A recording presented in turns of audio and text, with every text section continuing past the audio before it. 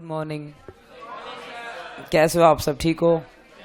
Very good. इसके बाद अब अगली बात आती है कि भाई आपको टारगेट बताया था वो ध्यान रखना है, आप लोगों को अच्छे नंबर लेकर आने हैं। इसके बाद उससे अगली बात आती है कि आपको होमवर्क क्या दिया था वो बता दो। कुछ क्वेश्चन दिए थे, ठीक है, उसके आंसर्स अवेलेबल नहीं थे आपके पास, तो मैं फटाफट से उनके आंसर्स आपको बता देता हूं। सबके आंसर अवेलेबल नहीं थे, एक का नहीं था, बाकी सबके थे।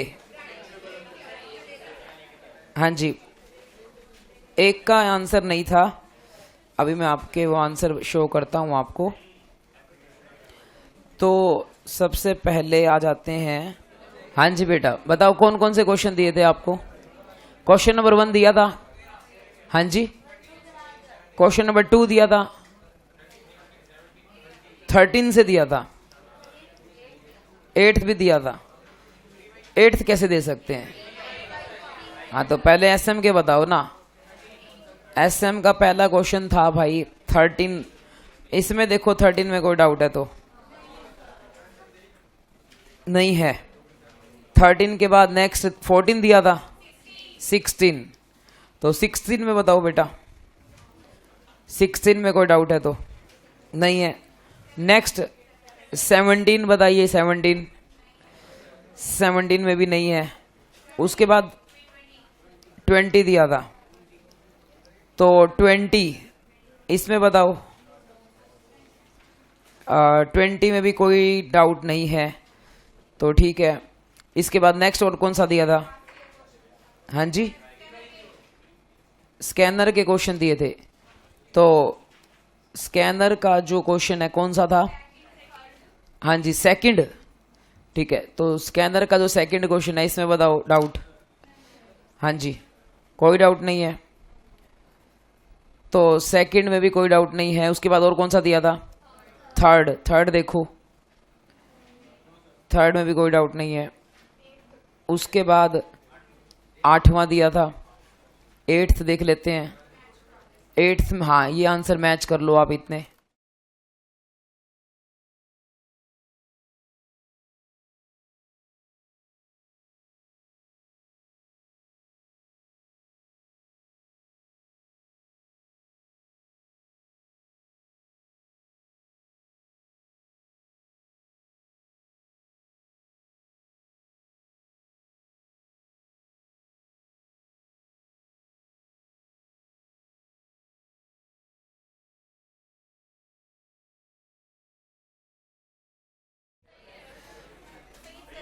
$14,20,000 आंसर आ रहा है बिजनेस इनकम का, और नहीं आ रहा। अच्छा, 580 आ रहा है बिजनेस इनकम का। ठीक है,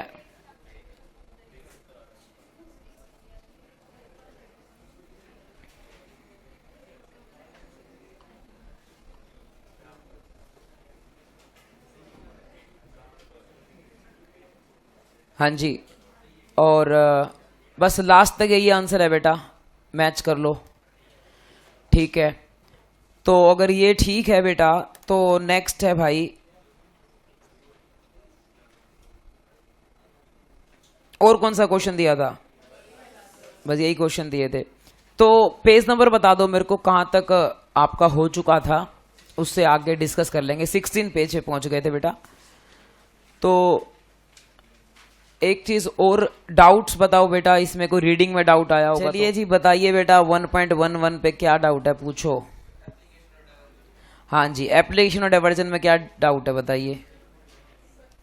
हाँ जी, कॉन्सेप्ट पहले पॉइंट में diversion, whereby virtue of obligation by overriding title. Overriding title क्या होता है? मैंने आपको कल बताया था कि भाई जब आपकी इनकम आपके पास आनी थी, लेकिन आने से पहले ही आपने अपनी मर्जी से नहीं बोला कि मेरी इनकम किसी और को ट्रांसफर कर दो। कोर्ट ने बोला कि भाई इस इनकम के ऊपर आपका हक नहीं है, ये किसी और को ट्रांसफर कर दो। तो उस केस में जब आपका हक ही नहीं है उस इनकम के ऊपर, आप अपनी मर्जी से उसको यूज ही नहीं कर सकते, then you don't have any title on it. Title का मतलब ओनरशिप फिर आपकी नहीं है, वो सीधा फिर क्या कहते हैं उसी पर्सन को टैक्सेबल होगी जिसको रिसीव हो रही है। और ये मेरी मर्जी से नहीं, फर्स्ट पार्ट में क्या था एप्लीकेशन के अंदर, मेरी मर्जी से मैंने बोला था कि भाई मेरी इनकम को डोनेट कर दो या मेरी इनकम से मोबाइल खरीद दो, वो मैंने बोला था। तो उस केस में वो इनकम पहले मेरे को टैक्सेबल होगी और वो फिर खर्चा माना जाएगा मेरा। बट इस केस में मेरा खर्चा नहीं माना जाएगा, इस केस के अंदर वो टैक्सेबल ही आपको नहीं होगी। इसके अलावा हाँ, बिफोर इट रीचेस द सेसी, तो इसको डाइवर्जन बोलते हैं। ये है पहला पॉइंट। और देखो और क्या पूछना है आपको, पेज नंबर 11 के बाद और क्या पूछना है आपको। फ्लैट रेट 30% किस पे लगता है, इस पे बताया था मैंने आपको, कैजुअल इनकम पे। कैजुअल इनकम थी यहाँ पर, ये कैजुअल इनकम थी। Casual income lottery, betting, gambling, इन सब पे लगता है। और वैसे मैं आपको इधर रेट्स लिख ही रखे हैं मैंने अलग से, तो मैं आपको दिखा देता हूँ वो टेबल, जहां पर आपको फिर ज्यादा दिक्कत नहीं होगी रेट्स याद करने के लिए। सारे रेट्स मैंने एक जगह लिख रखे हैं आप लोगों के लिए कि जिन पे भी स्पेशल रेट लगता है, जिन जिन पे स्पेशल रेट लगता है वो सारा मैंने यहाँ मेंशन किया हुआ है। तो स्पेशल रेट कहाँ लगता है बेटा, आपको देखने को मिलेगा। स्पेशल रेट कहाँ लगता है आपको देखने को मिलेगा, उसका पेज नंबर है बच्चे, स्पेशल रेट का पेज नंबर ये रहा बेटा 36। तो पेज नंबर 36 पे आ जाओ। देखो ये देखो लिख रखा है यहाँ पे। तो अगर हम बात करते हैं तो यहाँ पर आपको देखने को मिलेगा कि 115 बीबी, ये सेक्शन जो होता है ना बीबी, ये सेक्शन होता है अपना क्या कहते हैं लॉटरी वगैरह के लिए, तो यहाँ 30% टैक्स लगता है। और एक और सेक्शन है बीबीजे, ये याद मत करना सेक्शन वगैरह। एक और सेक्शन है बीबीजे, इसके अंदर क्या होता है ऑनलाइन मनी गेम्स कवर्ड होती हैं। ऑनलाइन जो भी ड्रीम 11 पे टीम बना लो वगैरह वगैरह, उससे अगर आप जीतते हो वहां पर भी 30% टैक्स लगता है। कुछ और सेक्शंस भी हैं जो आपको वक्त आने पे करवाऊंगा, अभी आपको सिर्फ 2 बताए थे। इन दोनों को ही हम कैजुअल इनकम बोलते हैं, इन दोनों को ही हम क्या कहते हैं कैजुअल इनकम बोलते हैं। और इनके ऊपर लगता है 30% स्पेशल रेट। इनको छोड़कर जो बाकी इनकम्स होती है ना बेटा, उनके ऊपर आपको क्या लगता है स्लैब रेट लगता है, जो मैंने आपको उस दिन बताया था 0 से 2.5 वगैरह वगैरह, वो लगता है। सो वापस आते हैं उसी पेज पे जो जहां पर अपन कर रहे थे 16 पेज पे। बताओ बेटा उस पेज पे और क्या पूछना है आपको 16 पेज पे, 16 पे 17 पे। हाँ जी, नहीं कराया, बस कहां तक कराया था फिर 15 तक ही कराया था। हाँ जी 1.13 पे बता दो फिर। लिक्विडेटरी डैमेजेस होते हैं बेटा, किसी को पेनल्टी पे करनी पड़ जाती है, आप कोई कॉन्ट्रैक्ट तोड़ देते हो उसको लिक्विडेटरी डैमेजेस बोलते हैं। वो डैमेजेस कई तरह से हो सकते हैं कि भाई आपने कोई नौकरी छोड़ दी उसका डैमेज हो गया, आपने कोई कॉन्ट्रैक्ट तोड़ दिया उसका डैमेज हो गया। ये सारे कैपिटल नेचर के होते हैं और अलग अलग जगह टैक्सेबल होते हैं। अगर किसी बिजनेसमैन को मिलते हैं तो उसको पीजीपी के अंदर टैक्सेबल होते हैं। अगर क्या कहते हैं किसी एम्प्लॉयर से मिलता है तो सैलरी में टैक्सेबल होता है, किसी थर्ड पर्सन से मिलता है तो अदर सोर्स में टैक्सेबल होता है। ये सारी बातें आपको बताई थी लिक्विडेटरी डैमेजेस के अंदर। पेनल्टी और एक ही बात है, मॉडर्न नाम है इसका लिक्विडेटरी डैमेजेस, तो पेनल्टी का ही एक मतलब आप दूसरा नाम बोल सकते हो। इसके अलावा नेक्स्ट और कुछ पेनल्टी कैजुअल इनकम नहीं, कैजुअल इनकम में तो सिर्फ वही आती है, कैजुअल इनकम में तो सिर्फ वही आती है लॉटरी गैम्बलिंग वगैरह वगैरह वो आती है। पेनल्टी जो है वो आपकी है इनकम, बट वो कैपिटल नेचर की है। कैपिटल और रेवेन्यू के अंदर हमने जो डिफरेंस सीखा था तो ये कैपिटल नेचर की है, क्योंकि कैजुअल इनकम तो वो होती है जो बिजनेस से रिलेटेड ही ना हो। ये बिजनेस से रिलेटेड तो है बट ये नॉर्मल आपका बिजनेस नहीं है, ये कभी कभार होती है। जैसे एसेट बेचना, मैंने अपना कोई ये कंप्यूटर बेच दिया, this is not my business but this is related to business, so ये कैपिटल नेचर में आ गया। ठीक है, अगर मेरा बिजनेस होता है बेचना तो मेरा रेवेन्यू नेचर में आता, तो जो लिक्विड डैमेजेस है वो आपका कैपिटल नेचर में आएगा, कैजुअल में नहीं आएगा। कैजुअल में सिर्फ वही आती है लॉटरी बैटिंग गैम्बलिंग वगैरह वगैरह। इसके अलावा देखो और क्या पूछना है। ठीक है बेटा, तो इसी के साथ ये बातें हो गई खत्म। अब आ जाते हैं आपकी नेक्स्ट जो कॉन्सेप्ट होता है अपना वो रिवाइज कराना, उसके ऊपर आ जाते हैं, फिर आपको जो है आगे की बातें बताएंगे। कल मैंने जहां तक से शुरू किया था मैं वहां से आपको रिवाइज करा देता हूं। तो कल मैंने आपको आई थिंक शुरुआत की थी यहीं से अपना ये रेगुलर रिसीट्स वगैरह के बारे में बताया था। तो कैजुअल रिसीट्स के बारे में तो अभी हम डिस्कस कर ही चुके हैं, कैजुअल इनकम क्या होती है। अगला कॉन्सेप्ट था net receipt versus gross receipt, जिसका मतलब होता है कि भाई इनकम टैक्स में क्या टैक्सेबल होता है, क्या ग्रोस रिसीट टैक्सेबल होती है, नेट रिसीट टैक्सेबल होती है। तो मैंने आपको बोला था नेट यानी का मतलब कि भाई उसमें से वो माइनस करना पड़ता है। क्या माइनस करना पड़ता है कि भाई अपना एक्सपेंडिचर माइनस करना पड़ता है, तो ही आपको टैक्सेबल होता है। फिर ड्यू या रिसीट बेसिस की अगर हमने बात की थी कि भाई ड्यू टैक्सेबल होता है, रिसीट, तो दोनों में से कोई भी आप तरीका अपना सकते हो। तो ड्यू भी कर सकते हो, रिसीट भी कर सकते हो। 2 हेड्स के लिए मैंने बताया था, जानते हो कौन कौन से वो 2 हेड थे पीजीवीपी के अंदर और अदर सोर्सेज। फिर मैं आपको बताया था कैपिटल रिसीट और रेवेन्यू रिसीट के बीच में डिफरेंस। तो मैंने आपको बोला था कि भाई कुछ भी कैपिटल रिसीट के अंदर आ सकता है, कुछ भी रेवेन्यू रिसीट के अंदर आ सकता है, डिपेंडिंग अपॉन आपकी इंटेंशन क्या थी, कि आपका बिजनेस मोटिव था, उसके हिसाब से डिपेंड करेगा कि वो किसके अंदर आएगा। और नेचर ऑफ बिजनेस के ऊपर डिपेंड करता है ट्रांजैक्शन कितनी होगी। रियल एस्टेट में कम ट्रांजैक्शन होती है तब भी बिजनेस माना जाता है, और शेयर मार्केट में ज्यादा ट्रांजैक्शन होती है तब बिजनेस माना जाता है। तो ये सब चीजें होती हैं। इसके अलावा क्या एक सिंगल एक्टिविटी बिजनेस हो सकता है? यस, कि मान लो मैंने जिंदगी में पहली बार एक बिजनेस किया कि दिवाली पे पटाखे बेचने का, तो मैंने 3 दिन स्टॉल लगाई, दिवाली पे पटाखे बेचे, 1 लाख 2 लाख 5 लाख कमाए, तो ये भी मेरा बिजनेस हो सकता है। एक सिंगल एक्टिविटी भी मेरा बिजनेस हो सकता है, ऐसी कोई खास बात नहीं है। इसके अलावा फिर वही लिक्विडिटी डैमेजेस तो मैंने आपको दोबारा बता ही दिया। इंडिया की डेफिनेशन बताई थी। इंडिया के अंदर धरती मेरी माँ है, वो तो इंडिया है ही। धरती के साइड में जो 12 नॉटिकल माइल तक का पानी है वो भी इंडिया है। उसके नीचे की जो सी बेड है वो भी इंडिया है। उसके आगे जो 12 नॉटिकल माइल से लेकर 200 नॉटिकल माइल तक का जो एक्सक्लूसिव इकोनॉमिक जोन होता है, जो नीचे कॉन्टिनेंटल शेल्फ होती है, वो भी इंडिया है। इसके अलावा धरती के ऊपर की जो हवा है वो भी इंडिया है। 12 नॉटिकल माइल तक का जो पानी है, उस पानी के ऊपर जो हवा है वो भी इंडिया है। तो ये सारी कंप्लीट डेफिनेशन आती है इंडिया की। इसके बाद नेक्स्ट अगली बात आ गई थी अपनी व्हाट इज एग्रीकल्चर इनकम। तो इसके अंदर मैंने आपको 3 पॉइंट पढ़ाने हैं, और 3 में से मैंने आपको कल 2 पॉइंट पढ़ा दिए थे। पहला पॉइंट था कि अगर आपकी इंडिया में कोई जमीन है और उस जमीन को आप किराए पे देते हो, और जिसको आपने किराए पे दिया है वो इसको कहां यूज करता है, एग्रीकल्चर एक्टिविटीज के अंदर, तो then it will be your agriculture income. Second था कि आपके पास कोई जमीन है और उस जमीन से आप बेसिक ऑपरेशन करके पौधा उगाते हो, और फिर उससे जो भी इनकम होगी वो आपकी एग्रीकल्चर इनकम होगी।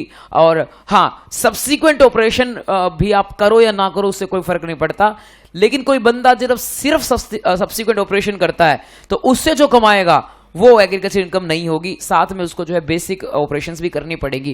जैसे आप घर से क्वेश्चन करके आया हो कि भाई पैडी उगाया, पैडी होता है धान, धान मतलब चावल नहीं होते, तो पैडी जो होता है, पैडी वो अपना खेत से जो हम जीरी बोलते हैं हिंदी के अंदर, तो वो पैडी बोलते हैं उसको अपन इंग्लिश के अंदर, और पैडी अपन उगाते हैं। ठीक है, तो पैडी जो है धान की फसल होती है जिसके ऊपर देखो छिलका लगा होता है। ये अपना खेत में होते हैं धान, यानी कि चावल ही होते हैं ये, बट चावल क्या होता है कि ये छिलके को उतारना पड़ता है, उसके अंदर से चावल निकलता है।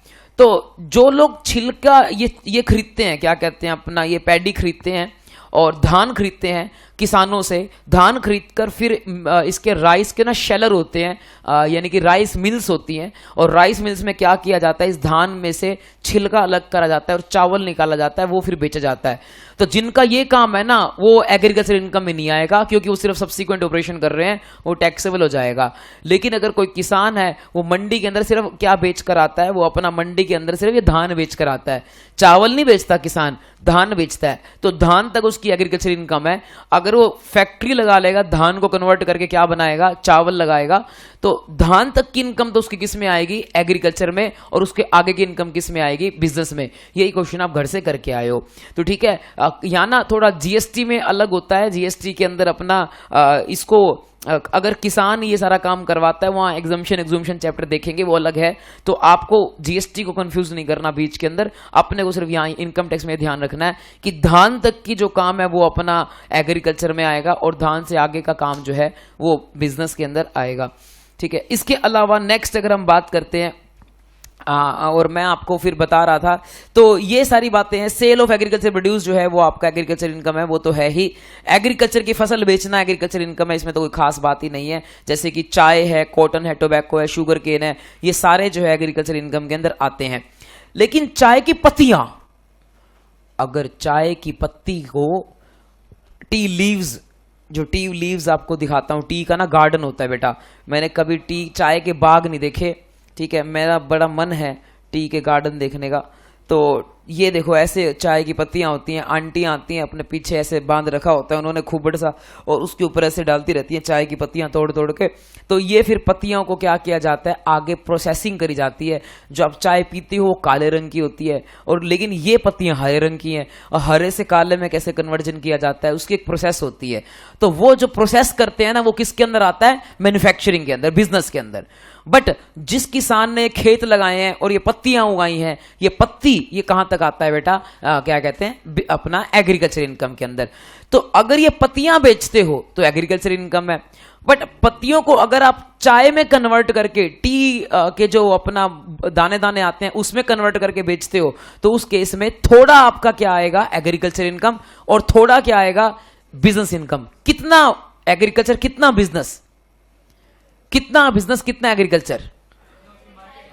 हाँ, तो जैसे आप घर से क्वेश्चन करके आए हो मार्केट वैल्यू, ठीक है, लेकिन यहां कहानी में थोड़ा ट्विस्ट है।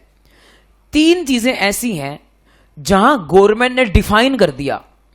क्या डिफाइन कर दिया कि भाई आपको मार्केट वैल्यू नहीं लेनी, हम आपको एक रेशो बताएंगे, हम आपको एक रेशो बताएंगे कि आपकी टोटल इनकम निकालना, टोटल इनकम में इतने % एग्रीकल्चर मानेंगे, इतने % आपका बिजनेस मानेंगे। ऐसा क्यों बेटा, धान में तो रेशो नहीं बताई उन्होंने, क्योंकि गवर्नमेंट ने देखा कि धान वाले में क्या होता है, किसान जनरली जो है धान बेच के खत्म हो जाता है, फिर अगला बंदा करता है।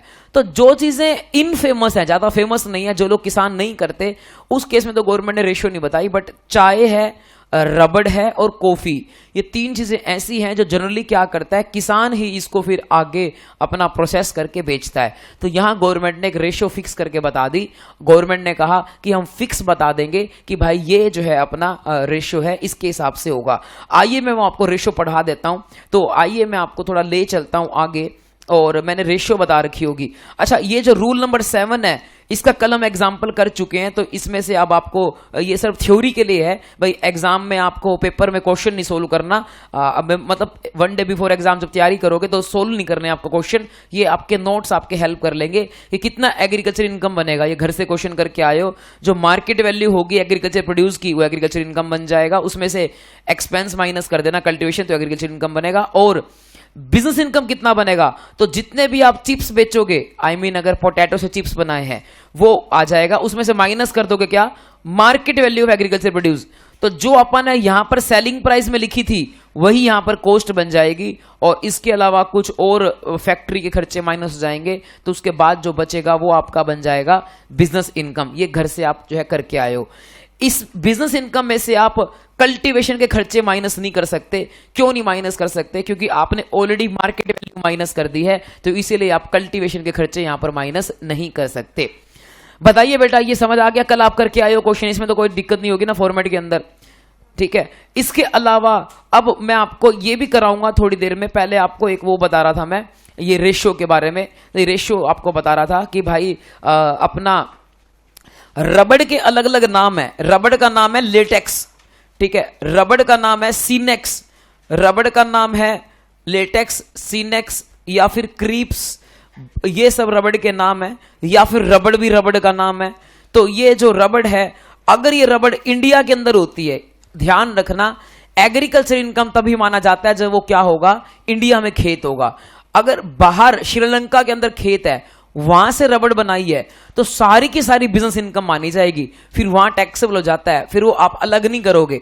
यहां इंडिया में खेत होगा तो हम अलग करेंगे, क्या अलग करेंगे, 65 और 35 जो है अलग करेंगे। अपना इंडिया में खेत होगा तो 65 और 35 अलग करेंगे। इसके बाद अगर हम अगली बात करते हैं तो 65 और 35 अलग करें, आई मीन 60-40 होता है शायद, यहां पर एक बार मैं लिखवाता हूं आपको, ठीक है। तो 65 और 35 अपन अलग करेंगे रबड़ के केस में। मतलब ये याद रखना, ज्यादा वाला जो है वो एग्रीकल्चर इनकम आएगा और थोड़े वाला क्या आएगा, बिजनेस इनकम आएगा। तो 65-35 अपन अलग कर देंगे। दूसरा, अगर कॉफी की बात करें, कॉफी की बात करें, कॉफी की बात करते हैं, तो उसके अंदर 2 बातें होती हैं बेटा।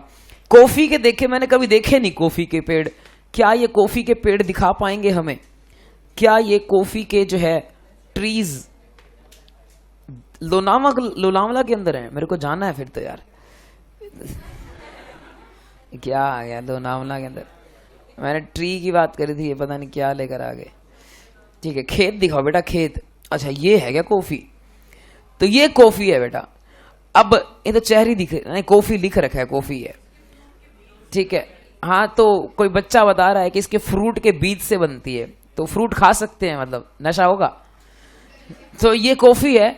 अब ये जो क्या कहते हैं अपन, जो किसान कॉफी उगाता है बस ठीक है, वो एग्रीकल्चर इनकम है।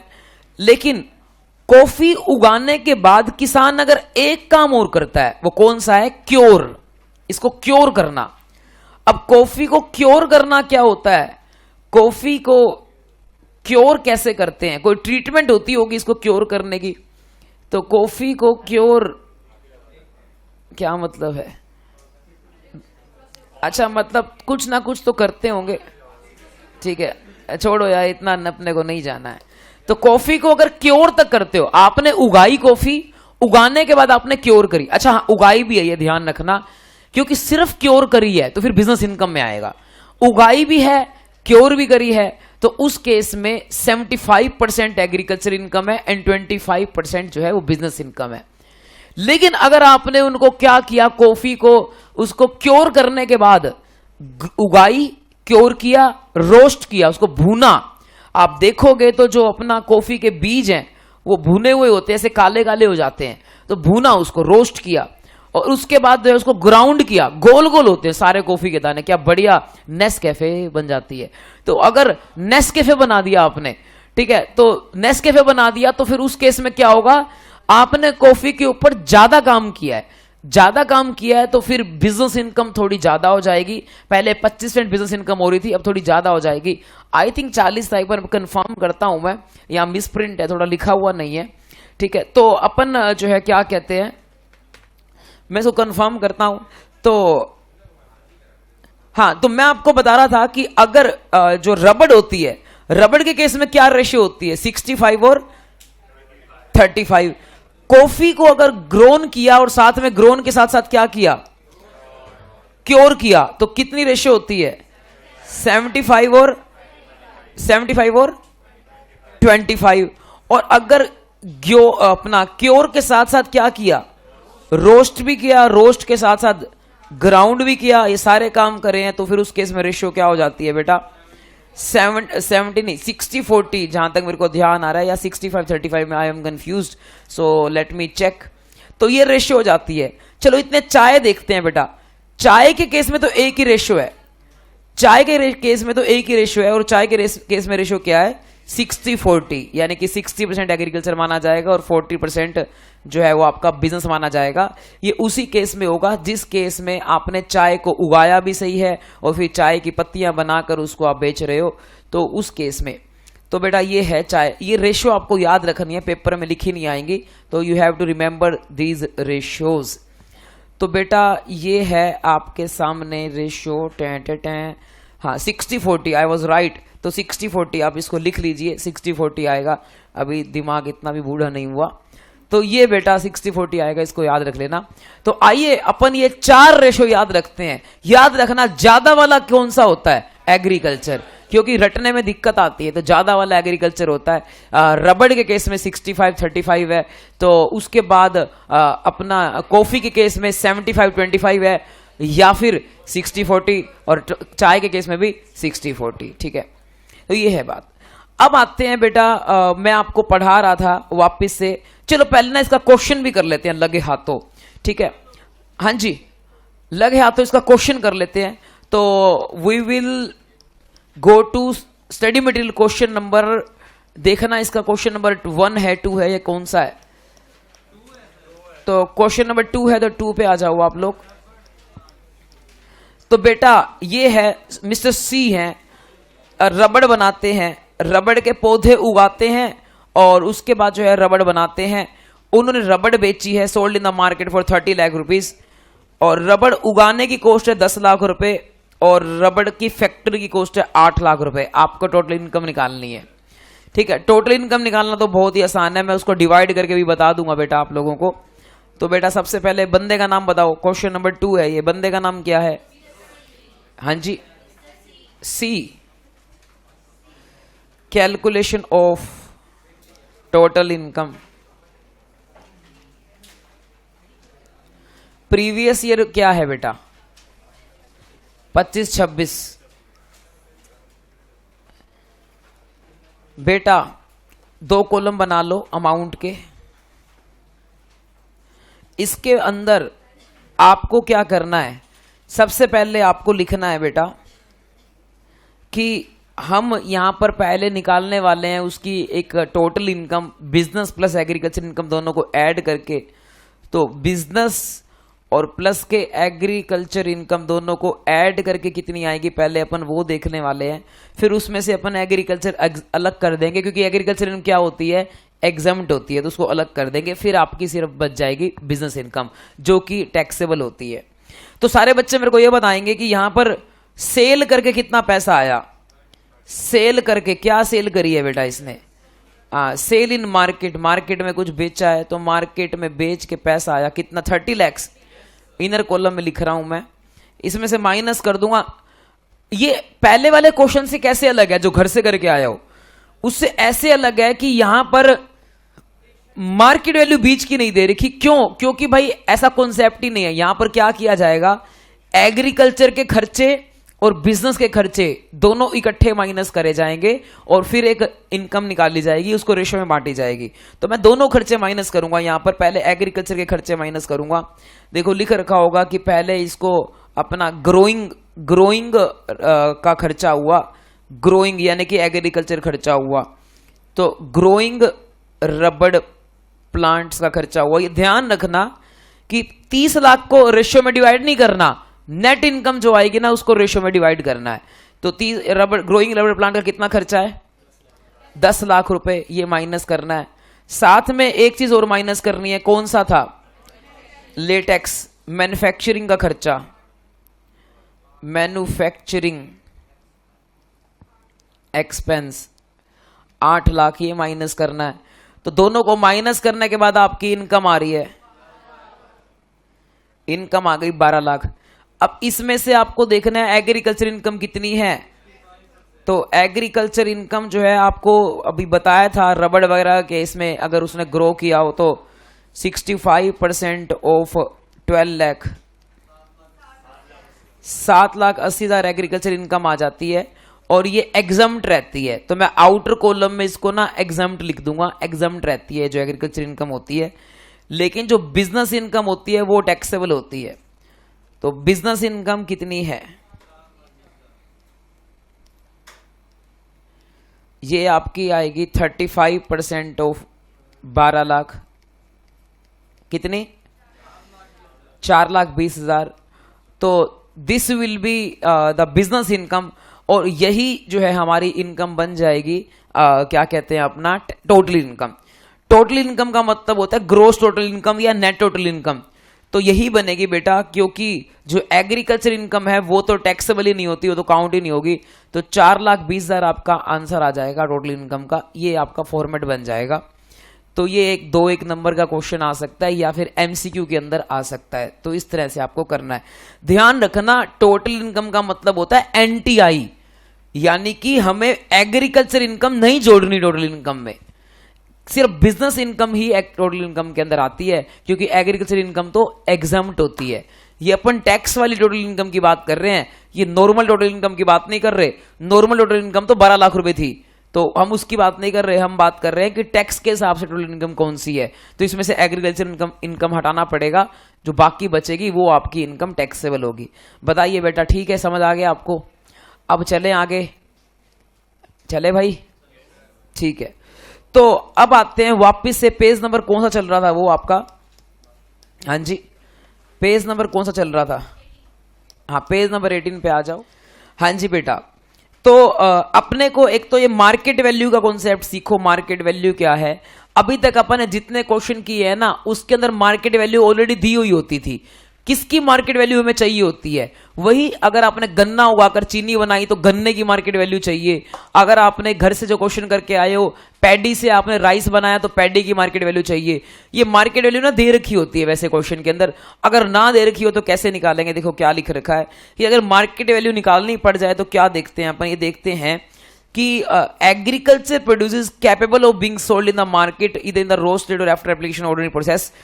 अगर एग्रीकल्चर प्रोड्यूस मार्केट में बिकती है, मतलब गन्ना यूं की यूं बिकता है, अगर if agriculture produce is capable of being sold in the market, अगर गन्ना या ये सब चीजें मार्केट में बिकती हैं, यूं की यूं बिकती हैं या थोड़ा बहुत उस पर कुछ प्रोसेस करने से बिकती हैं, तो उस केस में एवरेज प्राइस जितने का वो बिका, एवरेज प्राइस जितने का वो बिकता है during the relevant previous year, पूरे साल में जितने का गन्ना बिकता है उसका एवरेज प्राइस देना है। साल के शुरुआत में हो सकता है अलग प्राइस हो, ऐसी पोटैटो के साल के शुरुआत में अलग प्राइस हो, एंड में अलग प्राइस हो, तो एवरेज प्राइस लेना है। क्वेश्चन में अपने को गिवन होगा, ये नहीं करना कि मंडी में जाके अपने को पता करके आना पड़ेगा कि प्राइस क्या है, वो क्वेश्चन में गिवन होगा। तो मतलब अगर आपको मार्केट प्राइस ना दे तो साल में जितने का बिकता है उसका एवरेज प्राइस देगा, वही आपका मार्केट प्राइस बन जाएगा, तो उससे आप यूज करके निकाल सकते हो। लेकिन अगर कोई ऐसी चीज है जो मार्केट में बिकती नहीं है, if the produce is not capable of being sold in the market, अगर वो मार्केट में बिकती नहीं है, थोड़ा बहुत उसके ऊपर प्रोसेस करने के बाद भी नहीं बिकती। प्रोसेस का मतलब होता है जैसे मान लो कि अपना गेहूं होता है फलियों में, फलियों से निकालनी पड़ती है गेहूं। मूंग होता है, मूंग भी फलियों में होता है। चना भी फलियों के अंदर होता है, उसे निकालना पड़ता है। तो थोड़ी प्रोसेस करने के बाद अगर बिक जाता है तो भी ओके है। सरसों भी फलियों में होती है, तो इस तरह से जो है इनको निकाला जाता है। या फिर अगर मैं बोलूं कि जो अपना आलू होते हैं शायद वो धरती के अंदर से होते हैं, मूली धरती के अंदर से होती है, उस पर इतनी मिट्टी लगी होती है ना, इतनी मिट्टी लगी होती है, तो बेचने से पहले उसके पत्ते तोड़े जाते हैं, बहुत कंट्रीले पत्ते होते हैं मूली के, तो वो तोड़े जाते हैं और मिट्टी साफ की जाती है, तब जाके वो मार्केट में बिकती है। तो यानी कि अगर आप ऑर्डिनरी थोड़ी बहुत प्रोसेस कर रहे हो तो कोई दिक्कत नहीं है, वो एग्रीकल्चर के अंदर ही आएगा। तो ऑर्डिनरी प्रोसेस कर रहे हो तो एग्रीकल्चर के अंदर ही आएगा।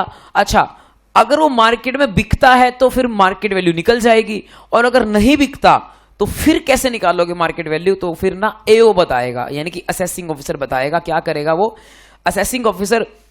कल्टीवेशन का खर्चा देखेगा कि कल्टीवेशन का खर्चा कितना है, इसके अलावा उसने रेंट कितना पे किया है उस जमीन का, उसके अलावा एक रीजनेबल प्रॉफिट ऐड करेगा। इन तीनों को ऐड करके फिर वो क्या कहते हैं, एक मार्केट वैल्यू बताएगा कि भाई आलू की मार्केट वैल्यू क्या होनी चाहिए। वैसे तो आलू बिकते हैं, बट मान लो आलू ना बिके या कोई ऐसी फसल है जो बिकती नहीं है, अब मुझे कुछ नहीं पता, अश्वगंधा हो सकता है या तुलसी हो सकती है, बिकती नहीं है जब तक कि उसको चूर्ण वगैरह बनाकर ना बेचा जाए, या एलोवेरा हो सकता है, एलोवेरा की खेती जो करते हैं वो यूं की यूं नहीं बिकती, तो एलोवेरा को जो है क्या हो सकता है प्रोसेसिंग करके अपना आगे बेचा जाए। तो उस केस में अगर आप उसकी मार्केट वैल्यू नहीं जानते हो, जो प्लांट है उसकी मार्केट वैल्यू नहीं जानते हो, तो क्या करो, कल्टीवेशन का खर्चा जोड़ो, उस पे अपना प्रॉफिट जोड़ो और उस पर जमीन का रेंट जोड़ो, तो आपका एक मार्केट प्राइस आ जाएगा।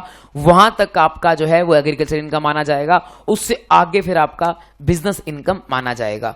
तो ये वाली चीज है बेटा, ठीक है। ये वाला पार्ट कभी पेपर में आया नहीं है, बट अगेन करवा तो मैं समझा तो रहा हूं कि भाई कल को पेपर में आए तो तुम ये ना बोलो कि सर ने कराया नहीं था, ठीक है। इसके बाद जो है अपना अगली बात पे आते हैं, और अगली बात वो है कि ये वाली जो भी मैंने आपको क्वेश्चन कराया कि सबसे पहले आपको क्या करना है, एग्रीकल्चर और बिजनेस इनकम को कंबाइंड करके निकालना है।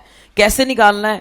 टोटल आपको सेल दे रखी होगी, सेल कितने की हुई, उसमें से एग्रीकल्चर वाले खर्चे माइनस कर दो, मैन्युफैक्चरिंग वाले खर्चे माइनस कर दो, तो टोटल इनकम आ जाएगी। उस इनकम को रेशियो में डिवाइड कर दो, ये जो रेशियोज हैं 65 75 इसमें डिवाइड कर देना, तो एग्रीकल्चर आ जाएगी और बिजनेस आ जाएगी, और जो एग्रीकल्चर इनकम होती है वो क्या हो जाएगी, एग्जाम्प्ट हो जाएगी, और ये जो बिजनेस इनकम बचेगी यही आपकी टैक्सेबल होगी। ये सब तभी करना है जब खेत इंडिया में हो, ध्यान रखना। खेत अगर मान लो बाहर है, नेपाल में है, तो उस केस में सारी इनकम क्या मानी जाएगी, आपकी टैक्सेबल होगी, फिर आपको ऐसे अलग अलग करने की आवश्यकता नहीं है। बताइए बेटा, ये समझ आ गया आपको? हाँ जी बोलो।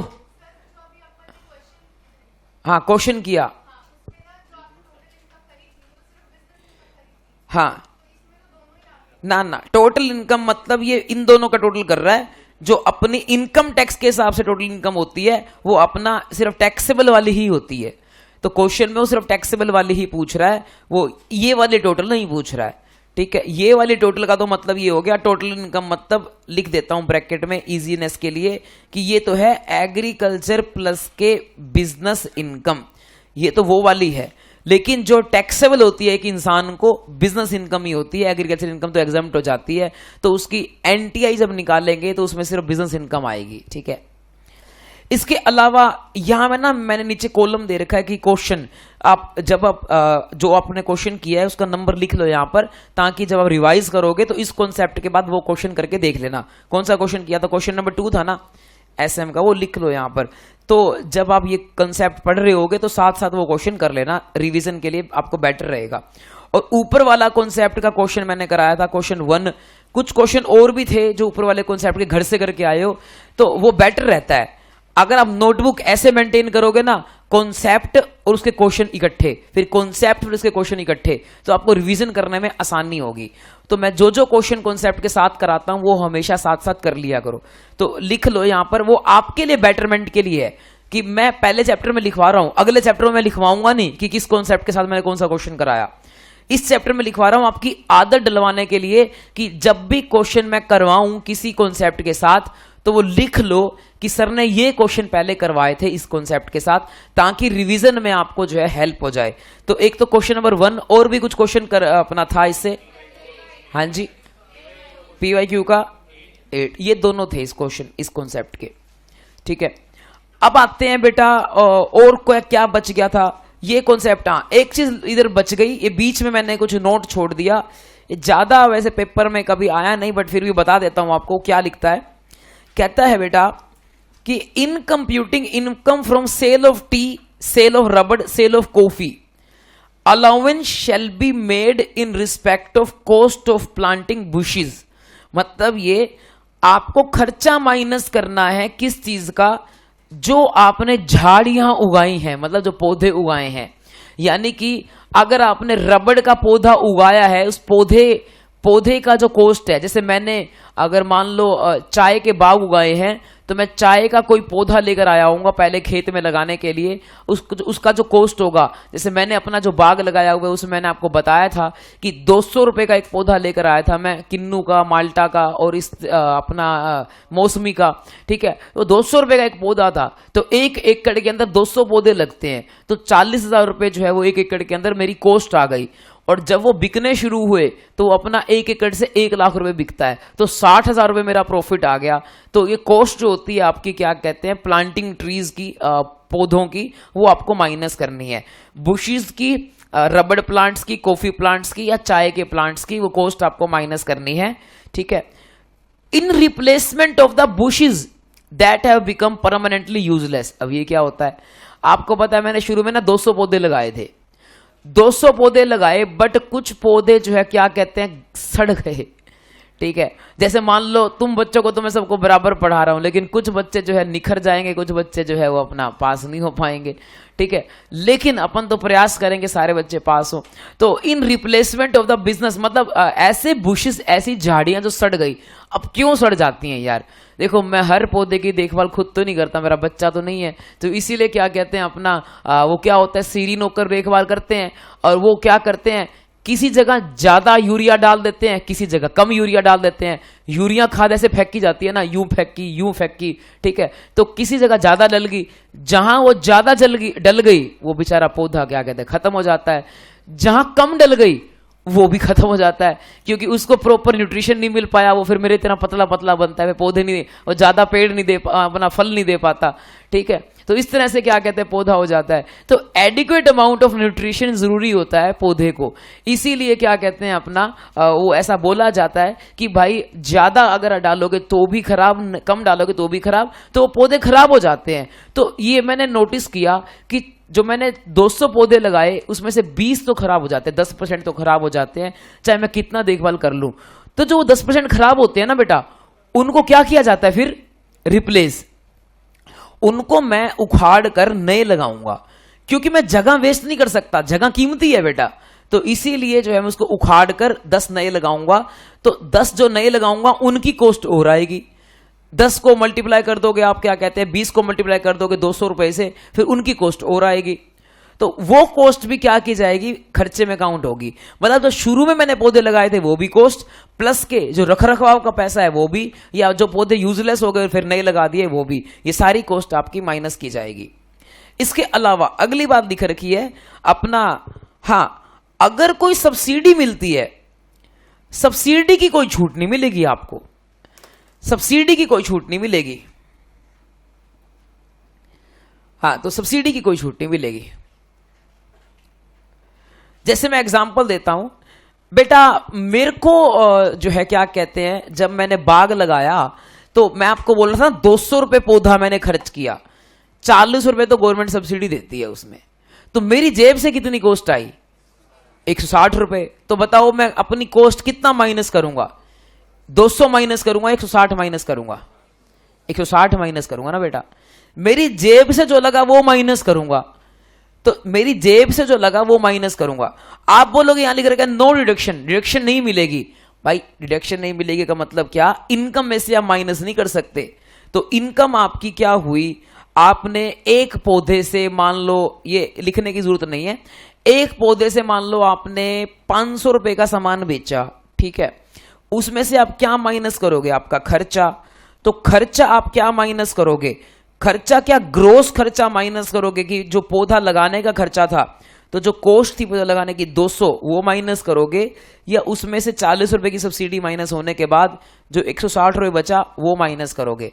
तो गवर्नमेंट कह रही है कि भाई जो आपकी जेब से कॉस्ट आई 160, अब वो माइनस करोगे, जो सब्सिडी है ना 40 रुपए वो यहां से नहीं घटेगी। तो वो कहां से नहीं घटेगी, इनकम से नहीं घटेगी। कहां से, वो कॉस्ट में से तो घटेगी सब्सिडी, बट वो इनकम में से नहीं घटेगी, इनकम में से वो माइनस नहीं कर सकते। यानी कि आपका आंसर यहां 300 नहीं आएगा, तो ये 40 रुपए यहां से नहीं घटेगा, आपका आंसर आएगा 340, क्योंकि आपकी जेब से क्या लगा, आपकी जेब से 340 रुपए लगे हैं बेटा। सॉरी, आपकी जेब से कितना लगा है, 160 रुपए लगे हैं, तो आपकी इनकम कितनी हुई है, 340। तो जो गवर्नमेंट ने सब्सिडी दी है बेटा, वो आपकी जो है कॉस्ट को रिड्यूस करती है। जो गवर्नमेंट से सब्सिडी मिलती है वो हमेशा कॉस्ट को रिड्यूस करती है, इसीलिए आपका जो है ये आंसर आएगा। सिमिलर बात अगले वाले पॉइंट में लिखी होगी, सेकंड में और थर्ड में, वो भी आप पढ़ लेना। वहां पर भी कुछ और पौधों के बारे में लिख रखा है कि चाय बोर्ड के बारे में, कि चाय बोर्ड की सब्सिडी एग्जम्प्ट होती है, कॉफी बोर्ड, रबड़ बोर्ड से कोई सब्सिडी मिलती है वो एग्जम्प्ट होती है। मतलब ये सब्सिडी अपन ने यहां माइनस कर दी, अब ये सब्सिडी कहीं अलग टैक्सेबल नहीं होगी, कहीं अदर सोर्सेज में टैक्सेबल नहीं होगी, ये एग्जम्प्ट रहती है। किसान को जो सब्सिडी मिलती है वो एग्जम्प्ट रहती है, वो यहां से माइनस कर देगा वो। तो ये है बेटा, अब अपना क्या कहते हैं हो गया है, इसका कोई प्रैक्टिकल क्वेश्चन अवेलेबल है नहीं, तो बस इतना ही कराना था मैंने। अब ये 2 पेज हो गए हैं, अब वापस आते हैं एग्रीकल्चर इनकम की डेफिनेशन बची हुई है वो कर लेते हैं।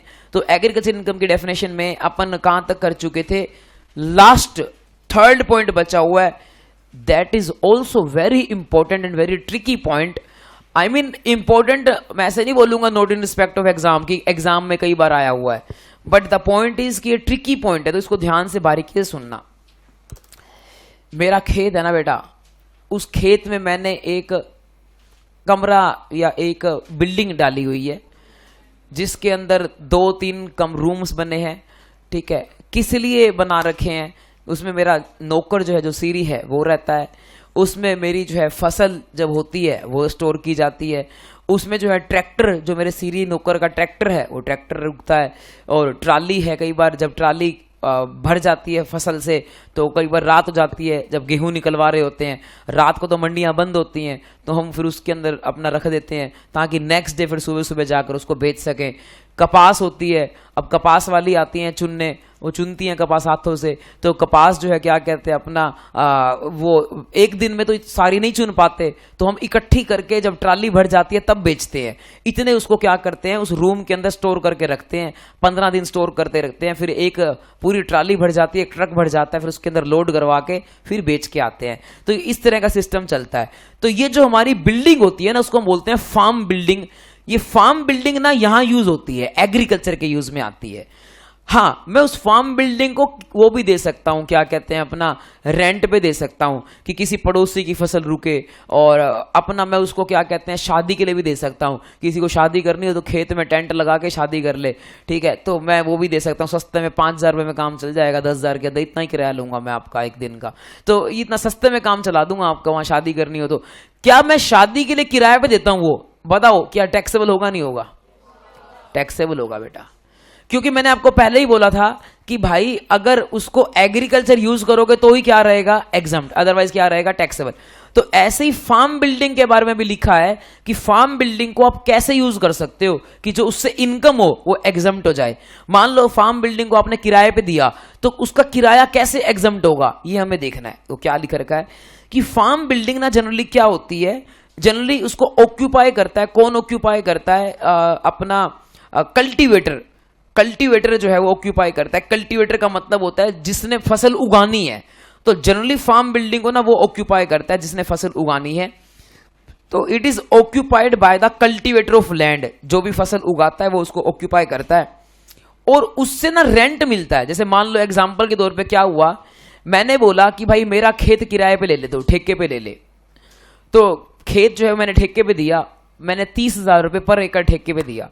लेकिन खेत के बीचों बीच एक चौबारा है, कितना बढ़िया मैंने बिल्डिंग बना रखी है, जिसमें लाइट लगा रखी है, जिसमें पंखा लगा रखा है, जिसमें टीवी लगा रखा है, बढ़िया सेटअप कर रखा है, और उसके अंदर जो है क्या कहते हैं अपना, मैंने वो बिल्डिंग भी किराए पे दे दी। मैंने कहा तेरे को रहना भी तो पड़ेगा, रखवाली करनी पड़ेगी, रात को रोज जो है पशु आते हैं, खागड़ आते हैं, तो उनकी रखवाली भी तो करनी पड़ेगी। तो इसीलिए क्या कहते हैं तू यहाँ पर रहेगा, तो तेरे को मैं ये बिल्डिंग भी किराए पे देता हूँ।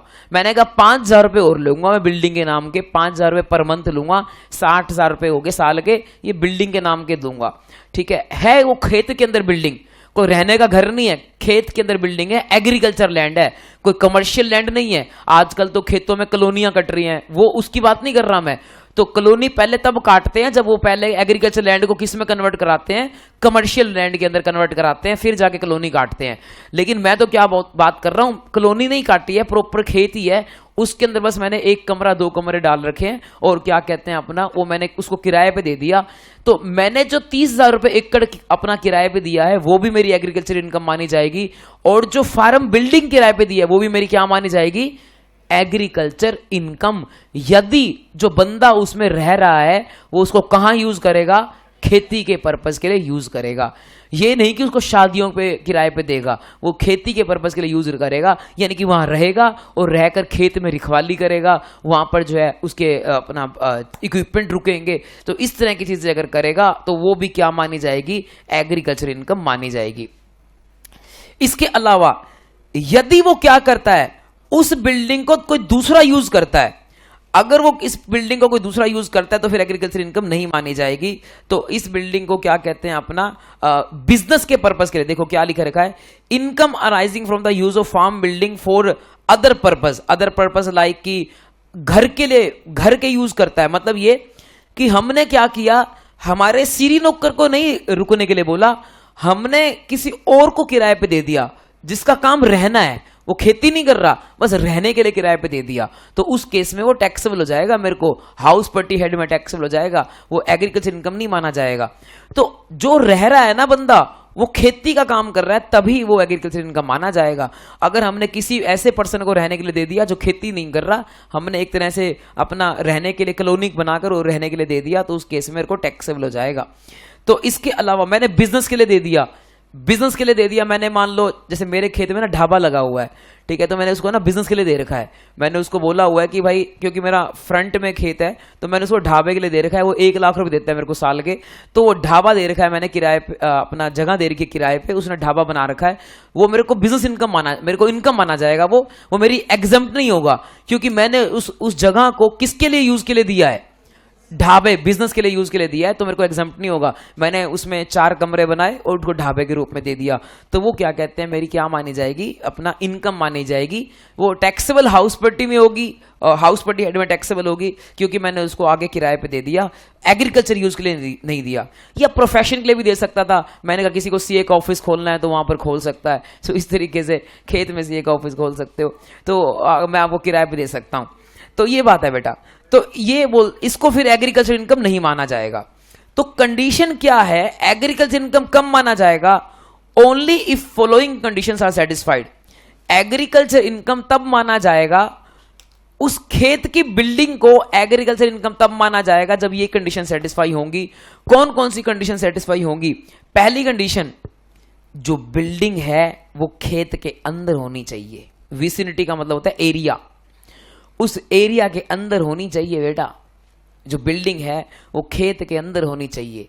ये नहीं अब मेरे ना खेत के पास ना कॉलोनी बन चुकी है, मतलब मेरा खेत बस अब लास्ट है, उसके पहले जो है सारी कॉलोनियां बन चुकी हैं, यानी कि लोगों ने रहना शुरू कर दिया है।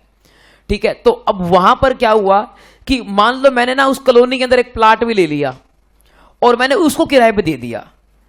बताओ उसको क्या मैं एग्रीकल्चर इनकम बोलूंगा या बिजनेस इनकम? आई मीन वो house property income, house property income है। तो मेरे को वो जो है, जो मेरी बिल्डिंग जो मैं किराए पे दे रहा हूं, वो कौन सी किराए पे देनी है? जो खेत के अंदर वाली बिल्डिंग है वो किराए पे देनी है।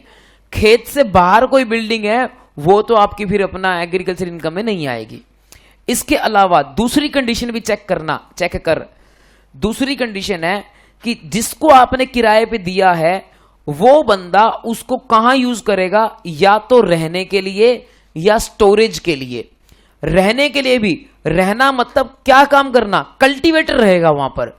कल्टीवेटर का मतलब जो बंदा खेती करेगा, जो धरती से अनाज उगाएगा वो रहेगा।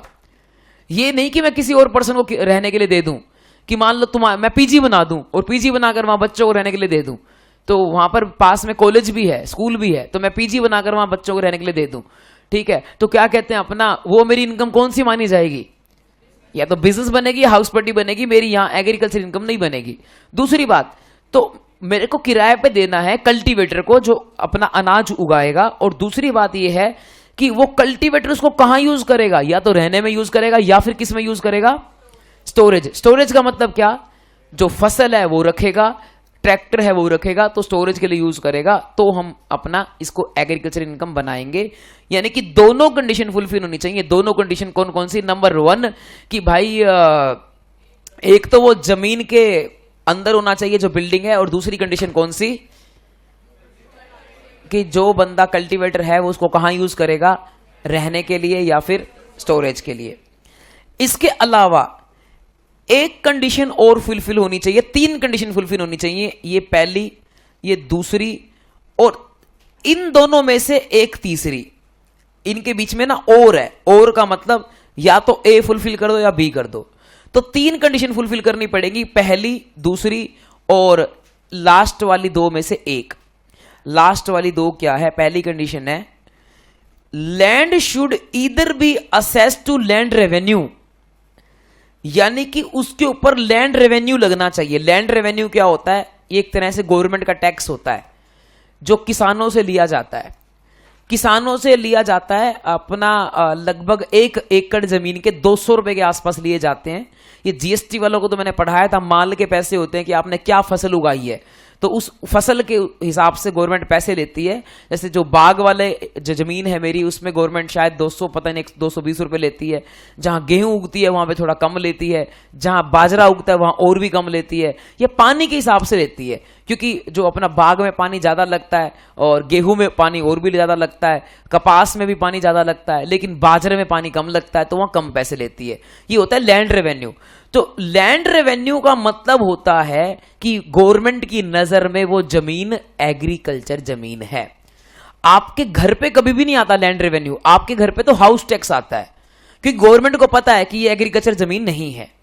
तो आपका जो क्या कहते हैं लैंड रेवेन्यू का मतलब है कि गवर्नमेंट की नजर में वो जमीन कौन सी वाली होनी चाहिए? एग्रीकल्चर जमीन होनी चाहिए। उस जमीन के अंदर जो बिल्डिंग होगी वही अपन एग्रीकल्चर इनकम मानेंगे। अगर गवर्नमेंट की नजर में वो जमीन, जैसे एग्जांपल के तौर पे सेक्टर नंबर मान लो 16 है, वहां पे मैंने 5 प्लाट ले लिए इकट्ठे और 5 प्लाट को मिलाकर वहां मैं खेती कर रहा हूं, बताओ, मान लो, ठीक है। वहां पर एक बिल्डिंग बना दी, खेत के चारों तरफ एक बिल्डिंग बना दी, उस 5 प्लाटों के अंदर फिर बिल्डिंग बना दी और उस बिल्डिंग को दे दिया किराए पे। बताओ एग्रीकल्चर इनकम है क्या? नहीं है। क्यों नहीं है? क्योंकि ये जो अपना एरिया है वो लैंड रेवेन्यू में नहीं आता। वो गवर्नमेंट की नजर में कौन सा एरिया बन चुका है? कमर्शियल एरिया बन चुका है, वो लैंड रेवेन्यू में नहीं आता, चाहे आप खेती क्यों ना कर रहे हो। आप बोलोगे सर ऐसा होता है क्या? हाँ, आप 7 रोड में चले जाओ, 7 रोड की सारी जमीन जो है क्या कहते हैं कमर्शियल बन चुकी है, लेकिन फिर भी किसी एक आधे बंदे का कोई किला पड़ा होगा और उस किले के अंदर वो अभी भी सरसों उगा लेता होगा थोड़ी बहुत, तो उस केस में जो है वो अपना, हालांकि सरसों बेच के जो इनकम होगी वो तो एग्रीकल्चर इनकम ही होगी। ये क्लियर कर दूं मैं आपको, मैं अपने घर की छत पे सरसों उगाता हूं और उसको बेचता हूं, मेरी एग्रीकल्चर इनकम होगी या नहीं होगी? बताओ, एग्रीकल्चर इनकम होगी। धरती कहीं की भी हो, ऊपर कहीं नहीं लिखा था बेटा, ऊपर जो है क्या कहते हैं, ऊपर जो है क्या कहते हैं कहीं नहीं लिखा था बेटा कि भाई ये जो हमारा ये जो धरती है वो आपकी एग्रीकल्चर वाली होनी चाहिए, कौन सी होनी चाहिए। यहां तो सिंपल सी बात लिखी थी कि भाई आपकी जो भी इनकम होगी वो एग्रीकल्चर इनकम होगी अगर आप क्या करोगे, बेसिक ऑपरेशंस खुद करोगे तो। यानी कि अगर आपने आपकी घर की छत पे सरसों उगाई, अगर चावल उगाए और उसको आपने उगाकर बेचा, तो वो इनकम भी आपकी कौन सी वाली आएगी? एग्रीकल्चर इनकम ही आएगी। यहां ऐसा कहीं नहीं लिखा कि भाई ये धरती जो है वो हमारी खेत वाली धरती होनी चाहिए, यहां मैंने ऐसा कहीं नहीं लिखा कि यहां खेत वाली धरती होनी चाहिए। बस यहां सिंपल सी बात है, धरती आपने किराए पे दी है और उसका यूज किस में हो रहा है? खेती में यूज हो रहा है, बेसिक ऑपरेशन आप कर रहे हो। बट यहां लिखा हुआ है वो वाली बात, फार्म बिल्डिंग के केस में, बिल्डिंग के केस में ये वाली बात दिख रखी है कि धरती कौन सी होनी चाहिए? गवर्नमेंट की नजर में एग्रीकल्चर वाली होनी चाहिए। पहले 2 पॉइंट में nowhere it is written that कि भाई जो जमीन है वो आपकी कौन सी होनी चाहिए? खेती वाली। मैं सेक्टर की जमीन पे भी खेती कर सकता हूं और उससे जो कमाऊंगा वो एग्रीकल्चर इनकम पे ही आएगा। लेकिन अगर मैं बिल्डिंग को किराए पे देता हूं तो फिर जमीन यहां पर सेक्टर वाली नहीं हो सकती। यहां जमीन कौन सी होनी चाहिए? ऐसी जमीन जो गवर्नमेंट की नजर में कौन सी है? एग्रीकल्चर, वो होनी चाहिए। ये 3rd पॉइंट में ही ये वाली कंडीशन है, बिल्कुल बारीकी से पढ़ना है। इसके अलावा लिख रखा है और subject to local rate collected by the officers. वो एक ही बात होती है कि वहां पटवारी आता है और पटवारी आपसे जो है माल के पैसे लेकर जाता है कि भाई आपने कौन सी फसल उगाई है उसके पैसे लेकर जाता है। इसके अलावा 2nd पॉइंट बीच में और लिखा हुआ है, या तो पहली कंडीशन होनी चाहिए, सेकंड कंडीशन। तो सेकंड कंडीशन क्या है? Land is not so assessed to land revenue. हां, अगर पहली कंडीशन फुलफिल नहीं हो रही तो land should be rural agriculture land, या वो होनी चाहिए गांव की जमीन।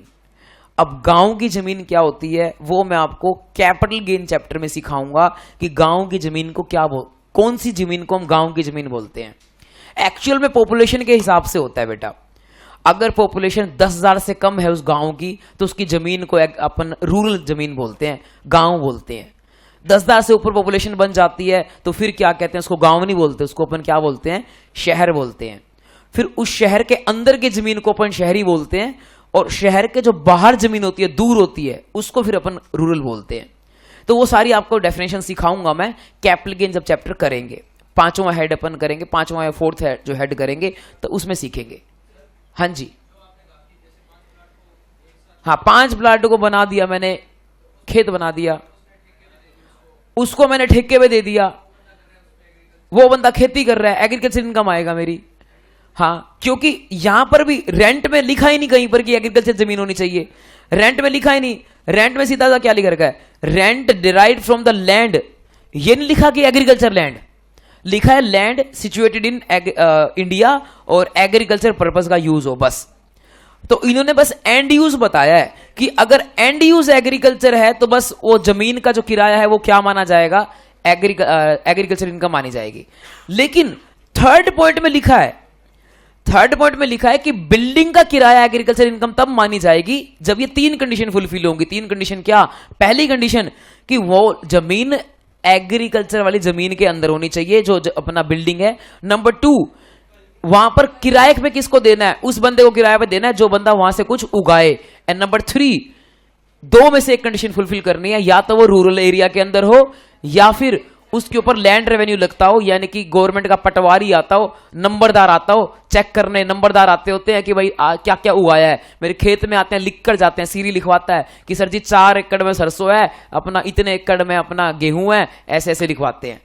तो ये होता है भाई आपका क्या कहते हैं? लैंड रेवेन्यू इसको बोलते हैं। तो ये आपने सीखा एग्रीकल्चर इनकम की डेफिनेशन को। अब आते हैं बेटा, ये छोटे मोटे कॉन्सेप्ट और बच गए कि एग्रीकल्चर इनकम क्या होती है क्या नहीं होती है। 4 एग्जाम्पल घर से पढ़ने हैं आपको, ये 5 एग्जाम्पल, 4 एग्जाम्पल। 5वां एग्जाम्पल मैं पढ़ा देता हूं। जैसे कि नर्सरी की इनकम को भी एग्रीकल्चर इनकम बोलते हैं। नर्सरी वाला क्या करता है, ये आपके लिए सही है क्योंकि नर्सरी ना गांवों में नहीं होती, अक्सर शहरों के अंदर होती है।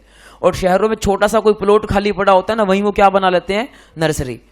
तो पौधे धरती से उगाकर बेच रहा है, इसकी इनकम को क्या बोल रहे हैं, एग्रीकल्चर। चाहे ये नहीं देख रहे कि नर्सरी गांव में है या शहर में है, तो बस कहीं पर भी हो नर्सरी, चाहे किसी के छत पे लगी हो नर्सरी, तो अगर नर्सरी जो है उसकी इनकम को हम एग्रीकल्चर इनकम बोलते हैं। फूलों की खेती होती है। एक बार मैं घूमने जा रहा था शायद मनाली वाली साइड, तो वहां पर फूलों की खेती हो रही थी, सनफ्लावर लगे हुए थे।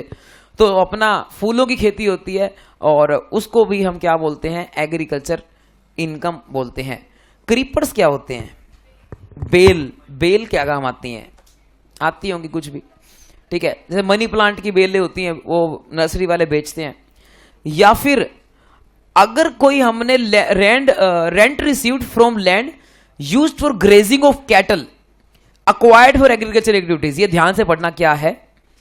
हमने 1 एकड़ जमीन के अंदर, मैंने भी क्या कर रखा है, 1 एकड़ जमीन के अंदर जवार उगा रखी है, या बरसीन बोलते हैं, बरसीन घास होता है बेटा, वो उगा रखी है। वो क्या काम आती है, वो काम आती है पशुओं के खाने के, ठीक है। ये पुराने जमाने में होता था कि हर खेत में 2-3 बैल रखे जाते थे, और बैल क्या काम करते थे, हल चलाने का काम करते थे बैल।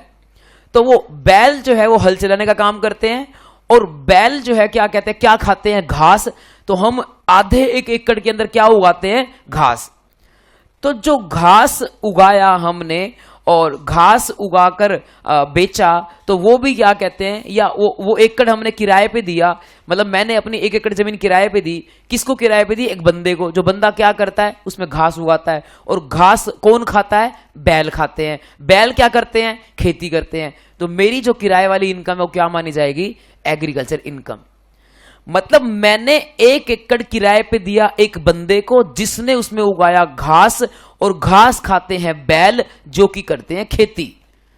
तो इसीलिए जो घास अपना जिसने उगाया वो, और जो वो मेरे को किराया देगा, रेंट देगा, वो रेंट मेरे को क्या होगा, एग्रीकल्चर इनकम मानी जाएगी। Rent received from the land used for grazing of cattle, जो कि कैटल यूज होते हैं एग्रीकल्चर के अंदर।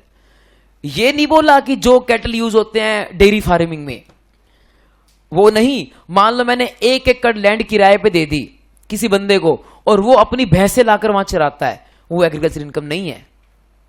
भैंसे जो है वो डेयरी फार्मिंग जो है वो एग्रीकल्चर इनकम नहीं है। तो अपनी भैंसे लाकर वो चराता है मेरे वाले अपना 1 किले के अंदर, और मैं उसे किराया लेता हूं उस चीज का, वो एग्रीकल्चर इनकम नहीं है। एग्रीकल्चर इनकम तब है जब ऐसे पशु चरें जो पशु किस में काम आते हैं, खेती में काम आते हैं, ठीक है। हाँ, अगर मैं घास उगाकर घास को बड़ा करके मैं उसको टाल पे बेचूं तो एग्रीकल्चर इनकम है, क्योंकि धरती से मैंने पौधा उगाया है। लेकिन अगर मैंने जमीन किराए पे दे दी और कोई बंदा आकर क्या कर रहा है, उसमें घास उगाकर उस पे अपना क्या कर रहा है, गाय या भैंसे खा रही हैं घास, वो फिर एग्रीकल्चर इनकम मेरी नहीं मानी जाएगी, क्योंकि मेरे को तो रेंट मिल रहा है। तो मैंने तो 1 एकड़ रेंट पे दिया है, तो वो मेरी एग्रीकल्चर इनकम नहीं मानी जाएगी। जैसे मैंने 1 एकड़ जमीन क्या कहते हैं कि उसको किराए पे दी थी, जो वो होता है आरे वाला पर्सन होता है ना, तो आरे वाले को किराए पे दी। वो क्या करता था, मेरी जमीन में ना पेड़ उगाता था। पेड़ जब बड़े हो जाते थे तो वो अपना पेड़ काट के और आरे पे जाकर लकड़ियां अपना तोड़कर बेचता था। तो वो मेरे को जो किराया मिलेगा वो एग्रीकल्चर इनकम नहीं मानी जाएगी। क्यों नहीं मानी जाएगी, क्योंकि मैंने किसी कल्टीवेटर को किराए पे नहीं दिया, मैंने आरे वाले को किराए पे दिया है, ठीक है। अगर मैं ऐसे बंदे को किराए पे दूं जो पेड़ उगाकर बेच दे, वो एग्रीकल्चर है। अगर आप पेड़ को उगाकर बेच दो तो एग्रीकल्चर है, बट आपने पेड़ को उगाया, उसकी लकड़ियां काटी, तोड़ कर आपने जो है उसका अपना वो प्लाई बनाकर या इस तरह से तोड़ कर बेचा, तो वो एग्रीकल्चर नहीं है। इसके अलावा ग्रोइंग ऑफ बैम्बू होता है बांस के पौधे उगाना, वो भी एग्रीकल्चर है। जैसे सफेदे के पौधे उगाना एग्रीकल्चर है, तो बांस के पौधे उगाना भी एग्रीकल्चर है।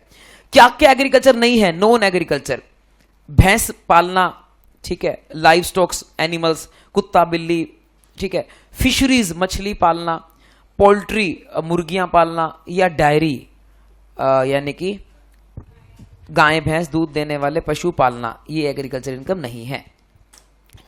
इसी के साथ एग्रीकल्चर इनकम की डेफिनेशन होती है खत्म। असेसमेंट ईयर करवा रखा है, मैं आपको ये पढ़वा देता हूं। असेसमेंट ईयर प्रीवियस ईयर, मैंने आपको बताया था प्रीवियस ईयर कौन सा ईयर होता है, असेसमेंट ईयर से जस्ट पहले वाला जो ईयर होता है उसको हम प्रीवियस ईयर बोलते हैं। असेसमेंट ईयर कौन सा ईयर होता है, जो कि 1 अप्रैल से शुरू होता है, 12 महीने का होता है, हर साल ये असेसमेंट ईयर शुरू होता है। और उससे पहले वाला जो ईयर होता है वो आपका प्रीवियस ईयर होता है, जिसमें अपन इनकम कमाते हैं। तो इनकम कमाने वाला साल जो होता है वो प्रीवियस ईयर होता है। बस इसमें एक ही बात आपको याद रखनी है बेटा, वो ये है असेसमेंट ईयर तो ऑलवेज 1 साल का होता है, पूरे साल का। प्रीवियस ईयर 1 साल से कम का भी हो सकता है। प्रीवियस ईयर कब 1 साल से कम का हो सकता है, अगर मैंने इनकम कमाना शुरू ही साल के बीच में किया हो, या बिजनेस की शुरुआत ही मान लो 1 अगस्त से हुई हो, तो फिर प्रीवियस ईयर जो है वो 1 अगस्त से शुरू होगा। वैसे प्रीवियस ईयर हर साल शुरू होता है 1 अप्रैल से, बट इफ बिजनेस और profession is started during the year, then previous year शुरू होता है उस डेट से। तो देखो इसके ऊपर एमसीक्यू बन सकता है, दिस इज वेरी इंपॉर्टेंट, काम आएगा आपके, मैं आपको क्लबिंग चैप्टर में भी काम आएगा ये वाला पॉइंट। देखो क्या लिख रखा है, इफ बिजनेस और प्रोफेशन न्यूली सेटअप हुआ है तो उस केस में ये जो हमारा प्रीवियस ईयर है वो शुरू होता है कहां से, जहां से बिजनेस जो है शुरू हुआ है वहां से, और प्रीवियस ईयर खत्म होता है क्या कहते हैं अपना, एंडिंग विद 31 मार्च। ये तो हमेशा 31 मार्च को खत्म होता है, लेकिन मैंने एक एग्जांपल बना रखा है। देखो 1993 में कोई बिजनेस शुरू हुआ था, तो बताओ 26-27 असेसमेंट ईयर के लिए प्रीवियस ईयर कौन सा होगा, 25-26, ठीक है, ये तो आंसर आता है आपको। लेकिन एक सीए ने अपना ऑफिस शुरू किया 1 जुलाई 25 को, तो 26-27 असेसमेंट ईयर के लिए प्रीवियस ईयर कौन सा होगा, होगा तो 25-26, बट वो शुरू कब से होगा, 1 जुलाई 25 से शुरू होगा। इस तरह का एमसीक्यू बन सकता है, ये मैंने बनाया है बेटा आप लोगों के लिए, मैंने। सो अपन आते हैं अगले कंसेप्ट पे, जो कि है कंसेप्ट नंबर 13, और इसमें मैं आपको ये बताना चाहता हूं कि नॉर्मली मैंने आपको बोला कि हम प्रीवियस ईयर में पैसा कमाते हैं और असेसमेंट ईयर में अपन क्या करते हैं, टैक्स भरते हैं। तो देखो एक जनरल रूल क्या बोलता है, what is the general rule, वो है income of the previous year is taxable in, is assessed in the assessment year. Income of the previous year is taxable in assessment year, but there are 5 exceptions to this rule, and वो 5 exceptions का question 4 number का question, theory का question काफी बार paper में आया हुआ है। तो ये ध्यान से पढ़ना है, आप लोगों को याद करना पड़ेगा, रटना पड़ेगा। ये 4 एक्सेप्शन जो हैं वो क्या है बेटा, income of the previous year is taxable in the assessment year, but there are 5 exceptions to this rule, कि मतलब income of the previous year will be taxable in assessment year, ये तो है general rule, but there are 5 exceptions to this rule. And वो 5 exceptions क्या हैं, और उन एक्सेप्शंस में क्या होगा, उन एक्सेप्शन में ये होगा कि ये जो 5 लोग हैं, इनकी इनकम क्या होती है, असेसमेंट ईयर में टैक्सेबल नहीं होती, प्रीवियस ईयर में ही टैक्सेबल हो जाती है। ऐसा क्यों है कि भाई इनकी इनकम सेम ईयर में टैक्सेबल हो जाती है, वो मैं आपको बताता हूं। तो पहला बिजनेस है बेटा, वो है shipping business of non resident. इसका मतलब क्या है, इसका मतलब है बेटा कि कोई बंदा है जो इंडिया में आया है अपनी शिप लेकर, लेकिन वो इंडिया का बंदा नहीं है, वो बाहर का बंदा है, विदेश का। मान लो रशिया से एक शिप आई है, क्या लेकर आई है, कुछ भी लेकर आई होगी, क्रूड ऑयल लेकर आई होगी, ठीक है, हम क्रूड ऑयल आजकल बहुत खरीद रहे हैं रशिया से। तो वहां से एक शिप आई है क्रूड ऑयल लेकर इंडिया के अंदर, और वो शिप जो है क्या कहते हैं, इंडिया में क्रूड ऑयल अपना उतारेगी और फिर चली जाएगी। तो शिप जो है फिर वो वापस जो है क्या कहते हैं अपना चली जाएगी। तो क्वेश्चन ये है कि भाई शिप आई है और शिप फिर जो है वापस चली जाएगी। तो अब पॉइंट ये है मेरा कि जब वो इंडिया में आई है, कुछ दिन रुकेगी, 10 दिन 15 दिन, अपना सामान उतारेगी और वापस चली जाएगी। तो मेरे को एक बात बताओ कि भाई ये शिप है नॉन रेजिडेंट की, कोई फॉरेन का बंदा है उसकी है, नॉन रेजिडेंट की। तो जब बाहर वाले की शिप है, अब इससे अपन टैक्स कैसे वसूलेंगे? अपन तो कह रहे हैं कि भाई income of this year will be taxable इन बाद वाला ईयर, और वो इंडिया से कमा कर गया है। इंडिया के बंदों से कमा कर गया है, इंडिया के यहां से कमा कर गया है, तो यहां की उसकी इनकम यहां टैक्स लगेगा। बट टैक्स लगेगा आप बोल रहे हो अगले साल, अगले साल तो वो आएगा ही नहीं, वो चला गया, वो तो वापस चला गया, वो टैक्स ही नहीं देगा अगले साल। तो आप उसको पीछे पीछे भागते रहोगे क्या? रशिया जाओगे क्या उसको नोटिस भेजने कि तुम्हारा इनकम टैक्स पेंडिंग है? एक बार उस कंट्री में पहुंच गया तो हम अपना देश का जो नागरिक था नीरव मोदी, उसी को नहीं ला पाए। जो विजय माल्या था, माल लेकर चला गया, उसी को नहीं ला पाए। तो अपन इस शिप वाले को तो कैसे लेकर आएंगे? क्योंकि एक बार दूसरी कंट्री में पहुंच जाओ फिर आप सेफ हो, फिर इंडिया उसको वहां से नहीं ला सकता। बहुत सारे गैंगस्टर हैं इंडिया के जो अपना अगेंस्ट हैं, वो सारे के सारे अपना कनाडा वगैरह में बसे हुए हैं, उनको हम ला नहीं पा रहे इंडिया के अंदर। जिसने उसका मर्डर किया, सिद्धू भाई साहब का मर्डर किया, उसको भी क्या कहते हैं अपन ला नहीं पा रहे, इंडिया में नहीं ला पा रहे, पता नहीं कौन सी कंट्री में छुपा हुआ है, हम उसको वापस नहीं ला पा रहे। तो पॉइंट इज कि भाई ये सारे टेररिस्ट जो है वो अपना बाहर बैठे बैठे अपना चलाते रहते हैं इंडिया के अंदर, जो भी सिस्टम होता है इनका, वो हम नहीं ला पा रहे। तो इसका टैक्स तो कैसे वापस लाएंगे जो रशिया चला जाएगा? तो इसीलिए गवर्नमेंट ने रूल बनाया कि जब ये इंडिया में शिप आएगी और ये वापिस हम उसको तभी जाने देंगे जब इंडिया में पहले वो क्या भर के जाएगा, टैक्स।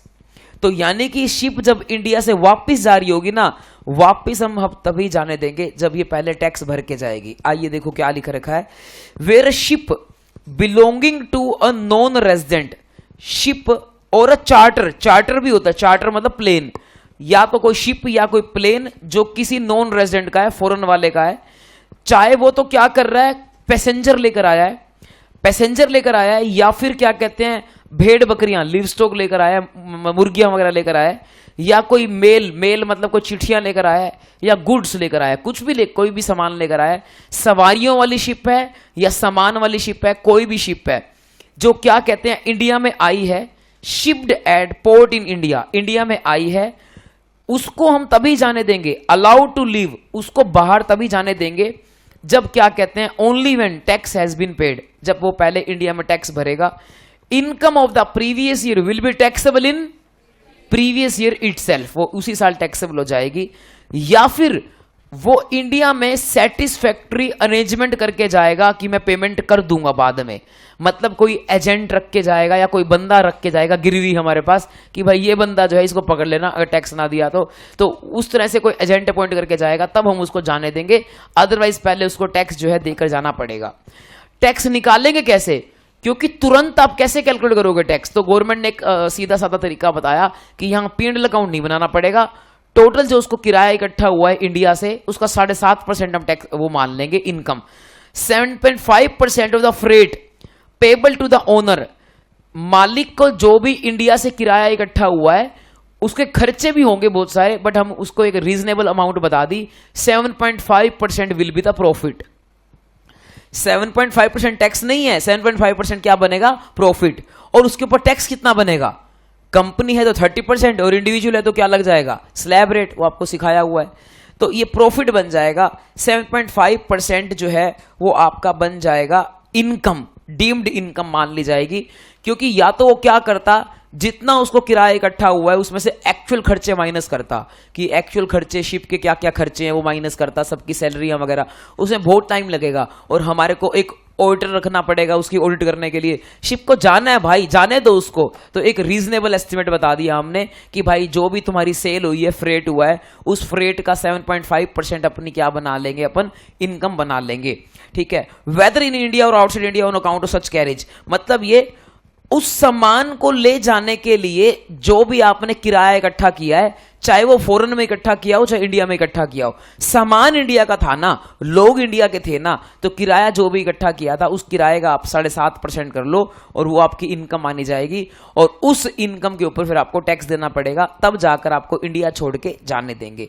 तो दिस इज आपका पहला पॉइंट। सो 5 पॉइंट अपने को करने हैं, जिस केस में क्या होगा, income of the previous year will be taxable in previous year.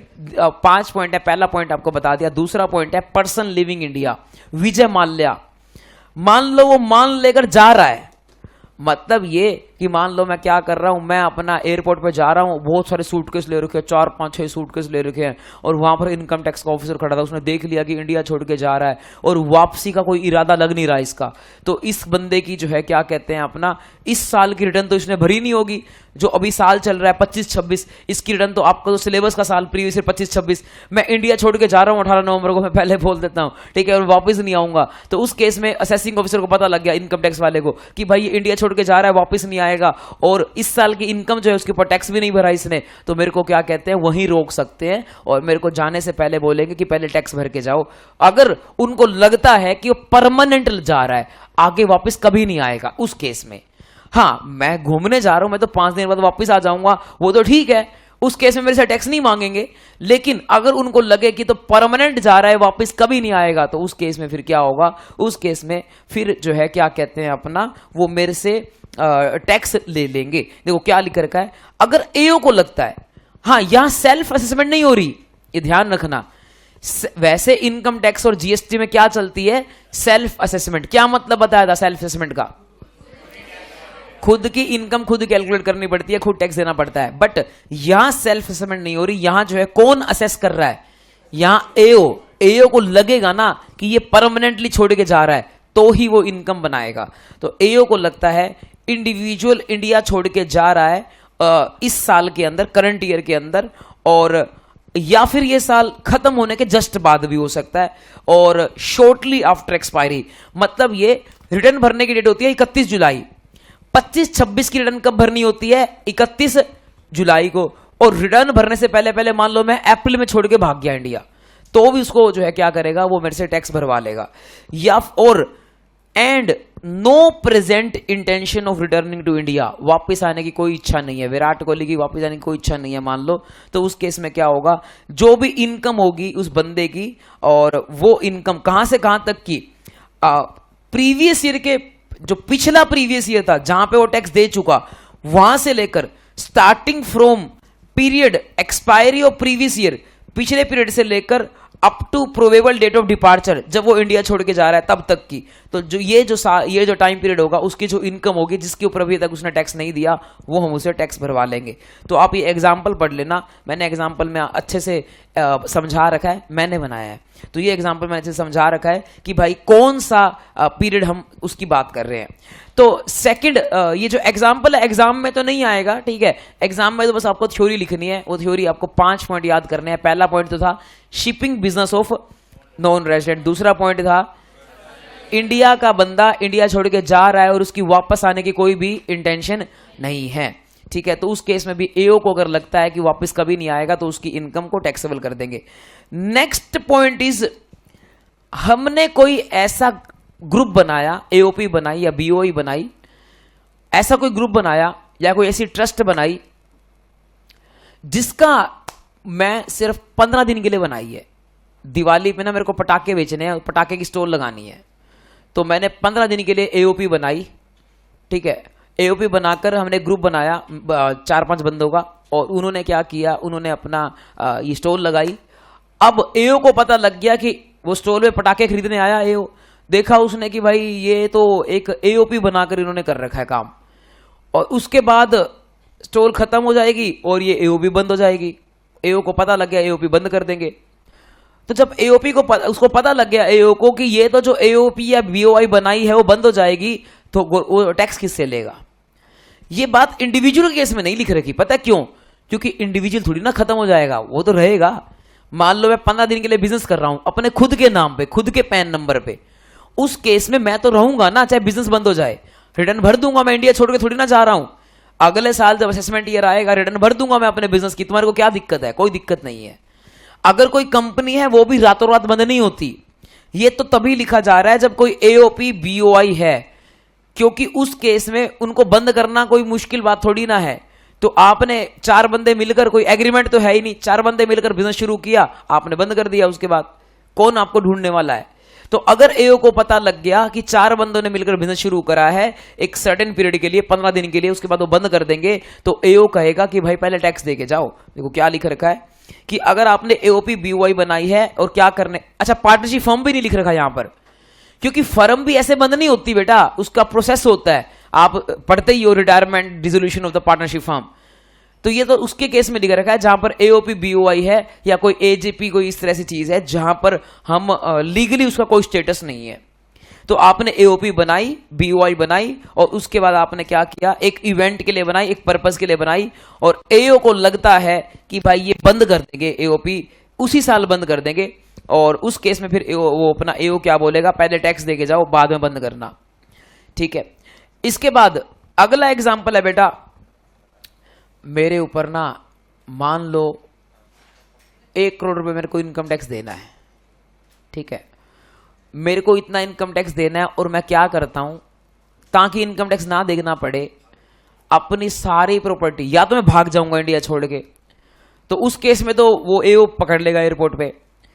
मैंने क्या किया, भागता नहीं, मैं इंडिया में ही रहूंगा, लेकिन मैं अपनी ना सारी प्रॉपर्टी बेच दूंगा। तो मैं अपनी सारी प्रॉपर्टी बेच देता हूं ताकि मेरे को 1 करोड़ का इनकम टैक्स ना देना पड़े। तो एओ को अगर पता लग गया कि भाई ये इनकम टैक्स से बचने के लिए सारी प्रॉपर्टी बेच रहा है ताकि ये दिवालिया घोषित कर दे अपने आप को, दिवालिया हो जाएगा तो भाई टैक्स लेगा कैसे एओ। तो मैं अपनी सारी प्रॉपर्टी एक बारी के लिए मान लो इस भाई के नाम पे करना चाहता हूं कि भाई बाद में से वापस ले लूंगा जब ये मसला शांत हो जाएगा, ये इनकम टैक्स वाला।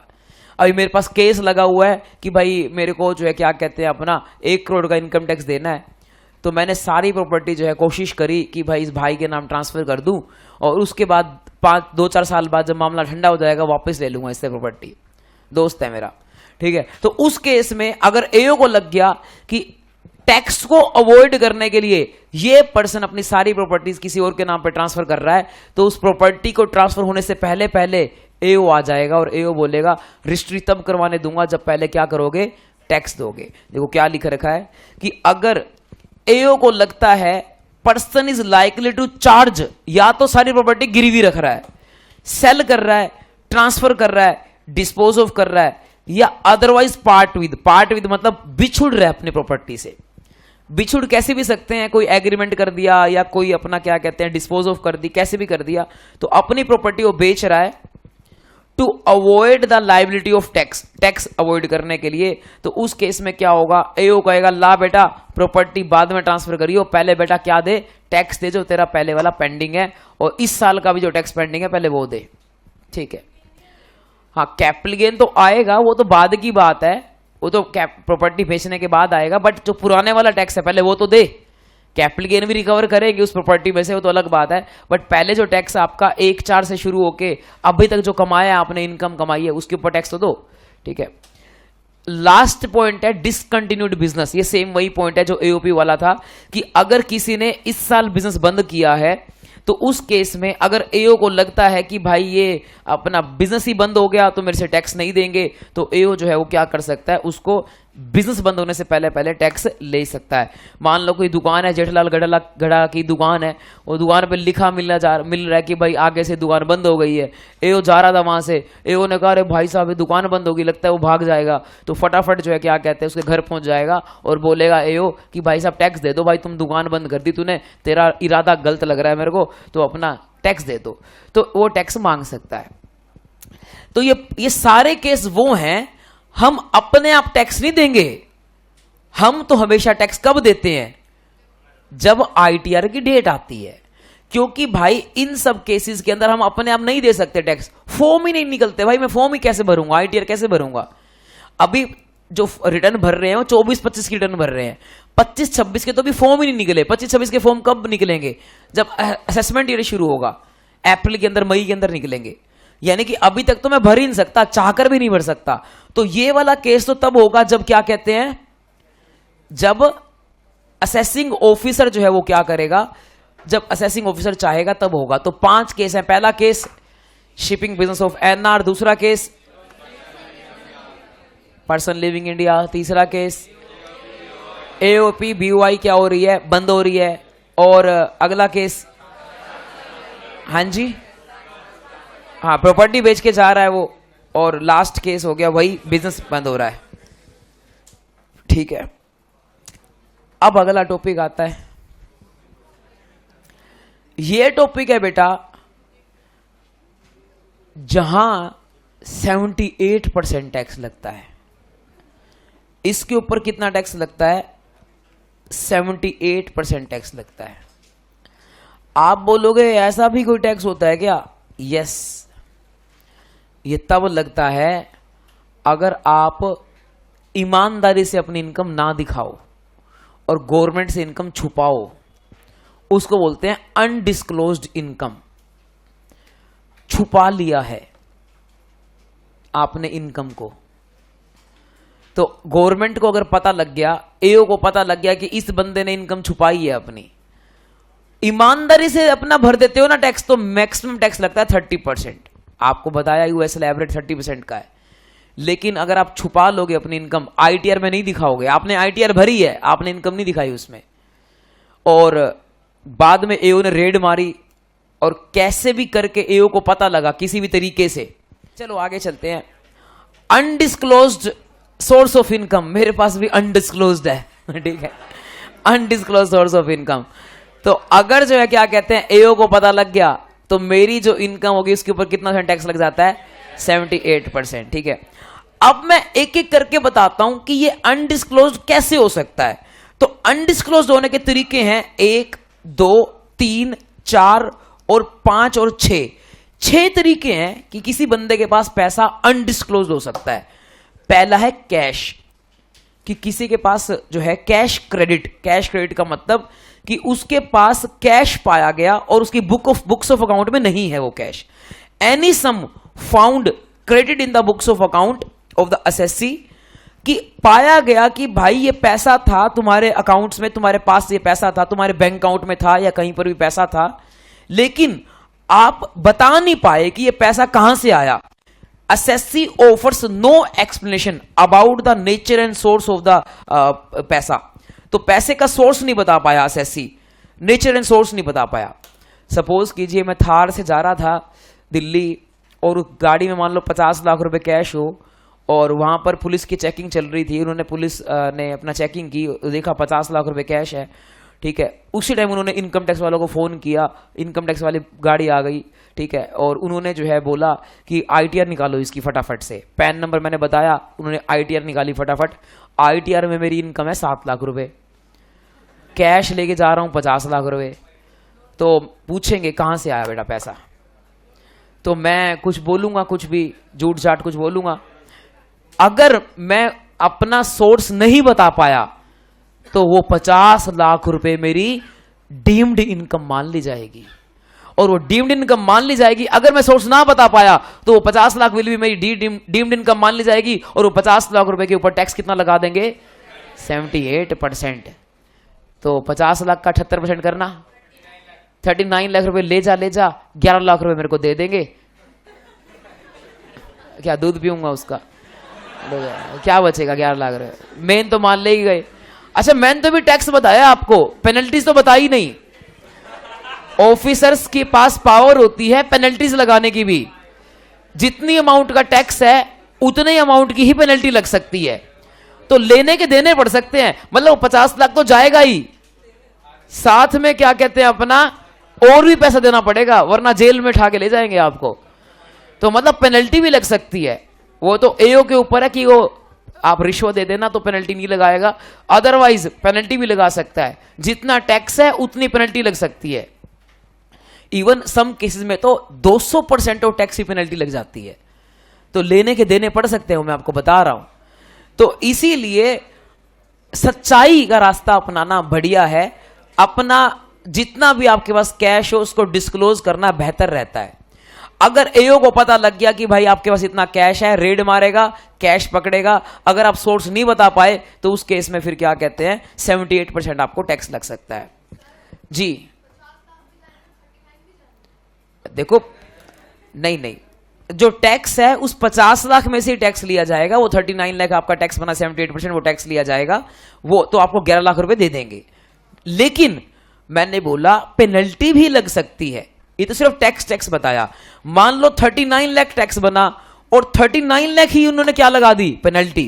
टोटल कितना हो जाएगा? 39 पर 39 78 लाख हो जाएगा। तो आपके 50 लाख तो छीन ही लेंगे, बल्कि आपको बोलेंगे 28 लाख और लाओ पेनल्टी के। और अगर आप नहीं ला पाए तो आपको उठा के फिर जेल करेंगे या फिर आपकी प्रॉपर्टी बेचेंगे, थार भी रख लेंगे, जो बोल रहा था बच्चा। ठीक है, तो मतलब कहने का ये है कि वो एक्सट्रीम केस होता है कि भाई एक्सट्रीम इतना लग सकता है। ठीक है, पेनल्टीज वैसे आपके सिलेबस में नहीं है, आपके सिलेबस में सिर्फ टैक्स है, तो आपको टैक्स निकालना पड़ेगा और टैक्स होता है 78%। यहां स्लैब रेट नहीं लगता। कहीं सोचो 0 से 2.5 लाख पे तो कोई नहीं है, तो 2.5 लाख का कैश तो रख सकते हैं, ऐसा नहीं है। ठीक है, 0 से 2.5 कोई लिमिट नहीं लगती। अगर 1 रुपए का कैश भी आपका पाया गया कि आपका गलत है, तो आपको 78% टैक्स लग जाएगा, 78 पैसे। ठीक है, 100 रुपए भी आपके पास फालतू पाए गए तो 78 रुपए का आपका टैक्स लग जाएगा। इसके अलावा हाँ, या आप बोल रहे हो अरे वो ना क्या कहते हैं अपना, मेरे दादाजी छोड़ के गए थे विरासत में, मेरे को ट्रंक में मिला था संदूक में, तो वो वाला अपना कैश है। या फिर आप जो एक्सप्लेनेशन दे रहे हो वो सेटिस्फैक्टरी नहीं है। थोड़ी ना होता है कि दादाजी छोड़ के गए थे, ठीक है दादाजी के ITR ले आओ, दिखाओ उनके पास कहां से आया सबूत। तो भाई ऐसा नहीं होता, ऐसा नहीं होता कि आप बोल दोगे कि भाई अपना दादाजी छोड़ के गए थे, मेरी दादी माँ छोड़ के गई थी, ठीक है, उन्होंने मेरे को सोना दिया था, मैंने सोना बेच दिया, उससे कैश आ गया। ये कोई बात होती है भाई? तो प्रूफ दिखाओ, सोने का बिल दिखाओ। जब सोना दिया था तो उसकी गिफ्ट डीड होती है, गिफ्ट डीड दिखाओ। इसलिए जब भी गिफ्ट मिले तो आपको गिफ्ट की डीड बनवानी चाहिए, ताकि जो है उसका सबूत बने कि सच में आपको विरासत में मिला है। आप ऐसे नहीं बोल सकते फलाने ने दिया था, ढिंगाने ने दिया था, रास्ते में चलते हुए मिल गया था मेरे को, ऐसा थोड़ी ना होता है। तो एक्सप्लेनेशन आपकी सेटिस्फैक्टरी नहीं होगी तो टैक्स लग जाएगा। हाँ जी, हाँ, सेल ऑफ एग्रीकल्चर लैंड है जी, गांव की जमीन पे नहीं लगता, sale of rural agriculture land पे नहीं लगता। हाँ, हिसार के आसपास, हिसार से 8 किलोमीटर दूर होएगी, उस पे नहीं लगेगा। वो मैं आपको बताऊंगा रूरल एग्रीकल्चर लैंड किसको बोलते हैं। तो 8 किलोमीटर के बाहर जो होगी उसको बोलेंगे रूरल। ठीक है, इसके बाद अगली बात आती है कि जो भी वो पैसा है जो आप नहीं बता पाए, उस सारे सम को आपकी इनकम मान ली जाएगी, और इनकम मानने के बाद उसके ऊपर टैक्स लगा दिया जाएगा 78%। अब अगला पॉइंट है, आपने ना बहाना बना दिया कि जो पैसा है ना मेरे पास, वो तो मैंने लोन लिया है। ठीक है, लोन लिया 50 लाख रुपए लोन लिया है भाई, बैंक से नहीं, बैंक को तो अलाउड ही नहीं है कैश में देना, बैंक तो कभी कैश में लोन देता ही नहीं है। आप बोलोगे जी लोन लिया है, इससे लोन लिया है, ठीक है, तो गवर्नमेंट कहेगी जिससे लोन लिया है उसको पकड़ के लाओ, उसकी ITR दिखाओ।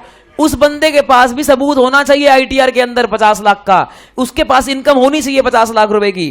तो इस केस में देखो एग्जांपल मैं यहाँ पे पढ़ाता हूं आपको, क्या लिख रखा है कि आपने जिससे भी लोन लिया है, जिससे भी लोन लिया है वो पर्सन लेकर आओ, और उस पर्सन की आप जो है क्या कहते हैं अपना बुक्स ऑफ अकाउंट दिखाओ। अगर वो पर्सन जिससे आपने लोन लिया है also offers an explanation about nature and source, तभी आपको माफ किया जाएगा। मतलब जिस पर्सन से आपने लोन लिया है वो अगर एक सेटिस्फैक्टरी एक्सप्लेनेशन जो है वो दे देता है तो मान लिया जाएगा ठीक है। अगर वो सेटिस्फैक्टरी एक्सप्लेनेशन नहीं दे पाया तो उस केस में वो इनकम आपकी मान ली जाएगी। तो जो अगर वो पर्सन सेटिस्फैक्टरी एक्सप्लेनेशन नहीं दे पाया तो यहां अनलेस लिख रखा है क्या कि भाई वो पैसा आपको इनकम मान लिया जाएगा, अनलेस जिस पर्सन से आपने लोन लिया है वो भी आपकी सेटिस्फैक्टरी एक्सप्लेनेशन दे दे। मतलब मान लीजिए मैंने जो है इस भाई से, भाई का नाम, भाई आपका नाम? हाँ जी, परवीन। मान लो परवीन जो है, परवीन से लोन लिया मैंने 50 लाख रुपए, एओ को बोला मैंने परवीन था, इसने लोन दिया था मेरे को, तो एओ बुलाएंगे परवीन को, और परवीन ने जो है क्या कहते हैं अपना परवीन ने क्या किया, मान लो अपनी ITR दिखाई, उस ITR में प्रूफ था नहीं 50 लाख का, तो मेरी वो क्या मान ली जाएगी, इनकम, क्योंकि वो पैसा मेरे अकाउंट में डाला हुआ है, मेरी इनकम मान ली जाएगी। इसके बाद दूसरी बात आती है, एक और एग्जांपल है, वो है अनएक्सप्लेन्ड शेयर कैपिटल। ये क्या होता है समझो। अगर मान लो कंपनी के अकाउंट में 50 लाख मिलते हैं, अगर पारस के अकाउंट में 50 लाख मिलते हैं, पारस बोलता है जी मैंने तो लोन लिया था निखिल सर से, ठीक है, तो निखिल सर की ITR देख लेंगे। लेकिन पारस एक दूसरा बहाना बनाता है कि मैंने तो शेयर इशू किए थे, और ये जो 50 लाख रुपए आए हैं वो किस चीज के आए हैं, शेयर इशू करके। तो फिर जो है क्या कहते हैं अपना, अगर शेयर इशू करके 50 लाख आए हैं तो जिसने शेयर खरीदे हैं उसके पास सबूत देखा जाएगा कि तेरे पास क्या 50 लाख का सोर्स है। मान लो मैंने शेयर खरीदे हैं 50 लाख के, तो मेरे नाम पे अगर शेयर है तो मेरा सबूत देखा जाएगा कि अब मेरे पास 50 लाख रुपए की आईटीआर है। अगर मेरे पास 50 लाख की आईटीआर ना मिली तो वो जो इनकम है, वो जो अपना पैसा आया है 50 लाख, वो पारस की इनकम मान ली जाएगी। देखो क्या लिखा रखा है कि हाँ जी बेटा, क्या चीज? बचने का सोर्स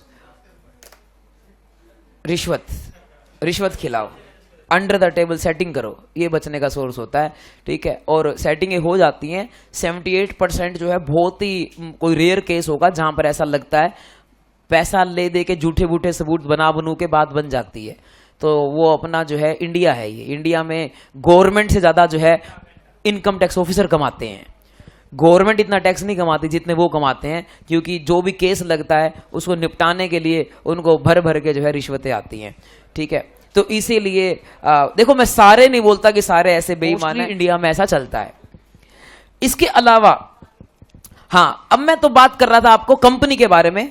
तो अगर कंपनी, अच्छा कंपनी पब्लिक कंपनी नहीं, क्लोजली हेल्ड कंपनी की बात हो रही है, प्राइवेट कंपनी। अपने ने अभी पढ़ी थी ना क्लोजली हेल्ड कंपनी की डेफिनेशन। क्लोजली हेल्ड कंपनी वो होती है जो वाइडली हेल्ड नहीं होती, और वाइडली हेल्ड की डेफिनेशन अपने पढ़ी थी, वो 5 केस थे, पब्लिक कंपनी हो वगैरह वगैरह वो सब चीजें। तो क्लोजली हेल्ड कंपनी की बात हो रही है। क्लोजली हेल्ड कंपनी यानी कि अगर सिंपली लैंग्वेज में समझो तो प्राइवेट कंपनी। तो प्राइवेट कंपनी के अगर अकाउंट में पैसे मिलते हैं उसकी बात हो रही है। अगर प्राइवेट कंपनी के अकाउंट में पैसे मिलते हैं और कंपनी कहती है कि ये पैसा किसका है, share application money, share capital, share premium, मतलब इस तरह की चीजें, वो कहती है कि शेयर इशू किए थे हमने, उसके पैसे हैं, तो उस केस में क्या किया जाएगा? जिस पर्सन से रेजिडेंट होना चाहिए, इंडिया का पर्सन होगा, ऑब्वियसली बात है, इंडिया की कंपनी शेयर इंडिया में इशू करेगी, तो उस पर्सन से क्या कहते हैं, अपना मांगा जाएगा कि भाई तुम अपना रिकॉर्ड्स दिखाओ। उसकी बुक्स ऑफ अकाउंट चेक करी जाएंगी, उसके रिकॉर्ड्स चेक किए जाएंगे, और ये बोला जाएगा कि वो अपना सेटिस्फैक्ट्री अगर बता पाया है, नेचर एंड सोर्स अगर बता पाया है वो पर्सन, तो ओके है। अगर वो नेचर एंड सोर्स नहीं बता पाया तो वो कंपनी की इनकम मान ली जाएगी। इसका मैंने एग्जांपल दे रखा है। पारस के अकाउंट में 10 लाख मिले और पारस ने बोला कि एनएम सर से लिए थे, इन्होंने इनसे शेयर इशू किए थे, और एनएम सर के पास तो आईटीआर है नहीं 10 लाख रुपए की, तो 10 लाख रुपए पारस की क्या मान ली जाएगी बेटा? इनकम। कितने % टैक्स लगता है? 78%। अगली चीज है बेटा, इसकी एक एक्सेप्शन है। ठीक है, this point is not applicable to venture capital fund या फिर venture capital fund company establish under SEBI. Venture capital company वो कंपनी होती है जिसका काम ही स्टार्टअप्स में इन्वेस्ट करना होता है। तो मान लो कोई वेंचर कैपिटल कंपनी है, वेंचर कैपिटल फंड है, उसने स्टार्टअप में इन्वेस्ट करा है, कैश में इन्वेस्ट किया, 50 लाख रुपए गए हैं, तो अपना स्टार्टअप ने बोला कि मैंने शेयर इशू किए थे इसको। स्टार्टअप है मान लो जोमेटो ने शेयर इशू किए थे किसी वेंचर कैपिटल फंड को, तो उस केस में हम ये चेक नहीं करेंगे कि भाई वेंचर कैपिटल फंड के पास पैसे कहां से आए। क्यों चेक नहीं करेंगे? क्योंकि वो सेबी द्वारा रेगुलेटेड है, और अगर हम वहां चेकिंग करेंगे ना तो वो बेचारे अननेसेसरी परेशान होंगे और इंडिया में स्टार्टअप कल्चर खराब होगा। तो इंडिया में स्टार्टअप कल्चर खराब ना हो, इसीलिए गवर्नमेंट ने बोला कि ये वाला प्रोविजन वेंचर कैपिटल फंड के ऊपर नहीं लगेगा। यानी कि वो ऐसे फंड जो स्टार्टअप्स में इन्वेस्ट करते हैं, क्योंकि वो सेबी रेगुलेटेड होते हैं, इसीलिए उनके ऊपर ये वाला प्रोविजन नहीं लगेगा। अब अगले जो पॉइंट हैं वो 1-1 मिनट के हैं। जैसे मैंने आपको समझाया अनएक्सप्लेन्ड कैश, अगला पॉइंट है अनएक्सप्लेन्ड इन्वेस्टमेंट। मतलब ये कि मेरे पास कोई प्लॉट मिला, सेक्टर 9/11 में कोई प्लॉट लिया हुआ था, एओ ने पूछा भाई साहब ये प्लॉट कहां से लिया, पैसे कहां से आए? रजिस्ट्री कराई है आपने पिछले साल 25-26 के अंदर रजिस्ट्री कराई है, इस प्लॉट के 1 करोड़ रुपए दिए हैं। कहां से आए 1 करोड़ रुपए? अब विराट कोहली ने 132 करोड़ रुपए दिए थे, अपना एक फ्लैट खरीदा था मुंबई के अंदर, तो विराट कोहली की आईटीआर चेक की जाएगी, क्या 132 करोड़ है कि नहीं। अगर है तो ओके है, नहीं है तो उससे पूछा जाएगा भाई 132 करोड़ कहां से आए, क्या अनुष्का ने दिए हैं तो गिफ्ट डीड दिखा, ये तेरे पापा ने दिए हैं तो गिफ्ट डीड दिखा, किसी ने कहां से आए हैं पैसे। तो अगर उसको पैसे पता लग जाते हैं कि भाई कहां से आए हैं तो ओके है, नहीं पता लगते तो जितने की इन्वेस्टमेंट है वो सारी अमाउंट क्या मान ली जाएगी? आपकी इनकम। मैंने 1 करोड़ का प्लॉट खरीदा था तो 1 करोड़ मेरी क्या मान ली जाएगी, इनकम, और कितना टैक्सेबल हो जाएगा, 78% से टैक्सेबल हो जाएगा। देखो क्या लिख रखा है, अगर किसी बंदे ने इन्वेस्टमेंट की है लेकिन अपनी बुक्स ऑफ अकाउंट में नहीं दिखा रखी और उसके पास उसका सोर्स नहीं है, no explanation about source of investment, कि पैसा कहां से आया, तो उस केस में फिर वो डीम्ड इनकम मान ली जाएगी। मतलब मैंने गोल्ड खरीदा, बहुत लोग गोल्ड खरीद रहे हैं आजकल, सबको लग रहा है सोना महंगा हो गया, गोल्ड खरीदो और महंगा होगा। मान लो किसी के पास 10 लाख रुपए कैश थे, वो बोरियों भर के ले गया, लाओ जी गोल्ड लाओ, ठीक है, गोल्ड खरीद लिया, और एओ देख रहा था वहां पर, तो वो एओ कहेगा कि बताओ ये गोल्ड के पैसे कहां से आए, आईटीआर में तो है नहीं पैसे, तो फिर उस केस में जो है वो इनकम मान ली जाएगी।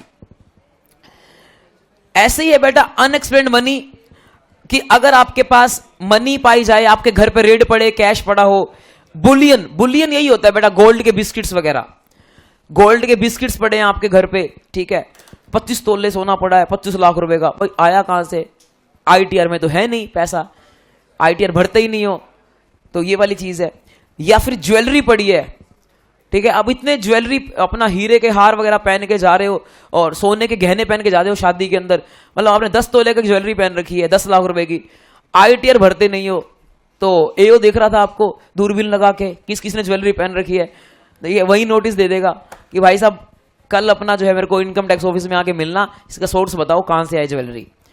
तो अगर आपके पास ज्वेलरी का ऐसे बैग है, ज्वेलरी है, या फिर कोई और वैल्यूएबल आर्टिकल है, जैसे अब मेरा एक दोस्त है, ठीक है, वो कहता कि मैं तो रोलेक्स की घड़ी लूंगा, ठीक है, और आईटीआर भरते हैं हम सारे 5 लाख रुपए की, सब के सब जितने दोस्त हैं सब आईटीआर भरते हैं, 5 लाख की, 6 लाख की, 5 लाख की आईटीआर भरते हैं, टैक्स तो भरते नहीं गवर्नमेंट को, और पैसा इकट्ठा कर रखा है, कहता है रोलेक्स की घड़ी लूंगा। अब शोरूम में घुस गए, 7.5 लाख से शुरुआत थी रोलेक्स की घड़ी की, तो अब वो बोला कि देखो कैश दे दूंगा मैं, ठीक है, क्योंकि कैश बहुत सारा इकट्ठा कर रखा है, कैश दे दूंगा मैं। तो उन्होंने बोला कि 2 लाख रुपए तक कैश चलता है, उससे ऊपर कैश नहीं चलता, अकाउंट से पेमेंट करनी पड़ेगी। हम वापस आ गए, क्योंकि भाई साहब अकाउंट से पेमेंट करेंगे तो गवर्नमेंट को पता लग जाएगा कि इसने 10 लाख रुपए की घड़ी खरीदी है, और 10 लाख की घड़ी खरीदी है तो भाई इतना पैसा कहां से आया, आईटीआर तो तुम्हारी 5 लाख की है। मतलब 5 लाख की आईटीआर वाला बंदा एक गाड़ी भी खरीद रहा है, फॉरेन ट्रिप भी लगा रहा है, और क्या कहते हैं अपना घर भी चला रहा है, भी बच्चे भी पाल रहा है, और उसके बाद जो है क्या कहते हैं अपना रोलेक्स की घड़ी भी खरीद रहा है। 5 लाख में इतना कुछ कैसे हो जाता है भाई, ऐसे 5 लाख भगवान सबको दे। तो इसीलिए गवर्नमेंट कहेगी कि भाई रोलेक्स की घड़ी का सोर्स लाओ, पैसे कहां से आए, और अगर सोर्स नहीं है तो वो 10 लाख रुपए या जितने की भी घड़ी है, that will be your deemed income. समझ आ रहा है ना बेटा, इसीलिए आजकल एआई का जमाना है, गवर्नमेंट सब ट्रेस कर रही है, गवर्नमेंट जो है सब ट्रेस कर रही है कि कौन बंदा क्या क्या खरीदारी कर रहा है। रोलेक्स वालों को इंफॉर्मेशन देनी पड़ेगी गवर्नमेंट को कि भाई इसने घड़ी खरीदारी करी है, क्यों पैन नंबर देना पड़ता है बड़ी परचेज करो तो सब गवर्नमेंट ट्रेस कर रही है। आप फॉरेन की ट्रिप पे जाते हो ना, आपका वीजा लगता है, पासपोर्ट लगता है, वो गवर्नमेंट के पास इंफॉर्मेशन होती है उस चीज की, ये फॉरेन घूम रहा है। मैं लास्ट ईयर 2 बार अपना घूम के आया हूं, तो गवर्नमेंट को पता है, रिटर्न भरता हूं 5 लाख की, अपना क्या कहते हैं 2.5 लाख तो लगा दिए दुबई पे, 2.5 लाख लगा दिए सिंगापुर पे, 5 लाख खत्म हो गए, तो पैसे होने नहीं चाहिए मेरे पास, ठीक है। तो मतलब गवर्नमेंट देख रही है, ऑल तो मेरे को नोटिस नहीं आया, बस जस्ट मैं आपको बता रहा था कि भाई नोटिस नहीं आया, बट बता रहा हूं कि गवर्नमेंट देख रही है। हो सकता है कि नोटिस आ जाए कि भाई तू अपना 2 ट्रिप लगा रहा है, इनकम तेरी 5 लाख है, 5 लाख का बंदा कमाने वाला बंदा तो भूखा मर रहा है इंडिया के अंदर, और तू 5 लाख के अंदर फॉरेन ट्रिप लगा रहा है। तो ये जो है क्या कहते हैं, आपको सोच समझ के खर्चा करना पड़ेगा, या तो सारी इनकम सच्ची सच्ची दिखा दो आप, अगर आप झूठ बोलते हो तो खर्चा फिर बचा बचा के करो, गरीब दिखाओ अपने आप को, फटे जूते फटे कपड़े पहनने शुरू कर दो, साइकिल पे आना शुरू कर दो, क्योंकि 5 लाख कमाने वाला बंदा तो भाई साहब साइकिल या मारुति ले लेगा, और तो क्या लेगा, ठीक है। तो इसीलिए सोच समझ के खर्चा करना पड़ेगा आप लोगों को। इसके अलावा ये भी सेम अमाउंट है इन्वेस्टमेंट वाला, ठीक है, ये भी सेम अमाउंट है, बस इसमें और उसमें क्या फर्क है, इसमें उसमें क्या फर्क है, वो इन्वेस्टमेंट क्या थी आपने पूरी ही नहीं शो कर रखी थी बुक्स ऑफ अकाउंट में, ये इन्वेस्टमेंट क्या है पार्शियल आपने शो कर रखी है बुक्स ऑफ अकाउंट में। मतलब इन्वेस्टमेंट कर रखी है आपने 1 करोड़ की, लेकिन शो कर रखा है मान लो 50 लाख, तो बाकी का 50 लाख आपका इनकम माना जाएगा। हाँ, ये वाला टॉपिक नहीं कराता, 5वां तो कराऊंगा। अब 5वां पॉइंट है, आपकी शादी होगी। तो अब इसकी शादी है, तो अब शादी में मान लो ये भाई क्या करेगा, खुला खर्चा भाई साहब नदियां बहा देगा बियर की, और इसके अलावा अपना ज्वेलरी ही ज्वेलरी देगा। 1000 के नोट वो तो है ही नहीं, 500 के नोट लुट रहे होंगे भाई साहब, डांस करते करते 500 के नोट उड़ाए जा रहे होंगे। ठीक है, तो ऐसा होगा। साथ में एओ आया हुआ था, असेसिंग ऑफिसर, इसने कार्ड दिया था इनकम टैक्स ऑफिसर को, तो आया हुआ था, उसने देखा कि भाई साहब इतना खर्चा, आलीशान भाई साहब अपना 5 स्टार लेमन ट्री में शादी, और प्लस के अपना पर प्लेट ही 2000 रुपए की तो प्लेट है, वहां पर 1000 बंदे बुलाए हुए हैं, कम से कम 20 लाख रुपए ये लग गए, और इतनी तो गड्डियां उड़ा दी होंगी इन्होंने, इसके अलावा दारू की तो बारिश हो रही है। तो ऐसा सिस्टम था। तो आराम से एओ ने एस्टिमेट कर लिया कि शादी में 50 लाख खर्च हुआ है, और फॉर्च्यूनर गाड़ी आई है साथ में। ठीक है, तो नई गाड़ी भी ली है इसने, 50 लाख और जोड़ लो, 1 करोड़ हो गया। तो 1 करोड़ खर्चा हो गया, और बात है कि अब आईटीआर चेक करते हैं, आईटीआर 5 लाख। तो उसी टाइम शादी बाद में मंगलसूत्र डाल रहा होगा, पहले नोटिस आ जाएगा कि भाई साहब इस शादी का जो है क्या कहते हैं, प्लीज एक्सप्लेन कर दो इस शादी के पैसे कहां से आए। अब अंबानी की शादी में एस्टिमेट करते हैं ना 1000 करोड़ लग गए, तो उसकी आईटीआर में 1000 करोड़ होंगे भाई। अगर उसकी आईटीआर में 1000 करोड़ ना होते तो इनकम टैक्स ऑफिसर जो है क्या कहते हैं, नोटिस दे देता कि भाई इतना शादी में खर्चा कैसे किया, पैसे कहां से आए। और अगर आप सोर्स ना एक्सप्लेन कर पाओ तो क्या कहते हैं, वो सारा है जितना खर्चा है वो क्या मान ली जाएगी, आपकी इनकम। समझ आ गया बेटा आपको? ठीक है, होमवर्क तो सुनते जाओ। तो रबड़ वाले टॉपिक के क्वेश्चन होंगे, देखना एक बार। अच्छा, एक ये वाला क्वेश्चन कर लेना, क्वेश्चन नंबर 14 एसएम का 14 क्वेश्चन कर लेना। और 15 कर लिया था क्या घर से? अब कर लेना, सैपलिंग्स भी अपना एग्रीकल्चर इनकम होता है। इसके अलावा 17 हो गया, 18 हो गया क्या? 18 कर लेना फिर। इसके अलावा 19 हो गया क्या? 19 कर लेना फिर। 20 हो गया। ठीक है, बस ये होमवर्क है आपका। मिलेंगे आपसे नेक्स्ट क्लास में। Bye bye.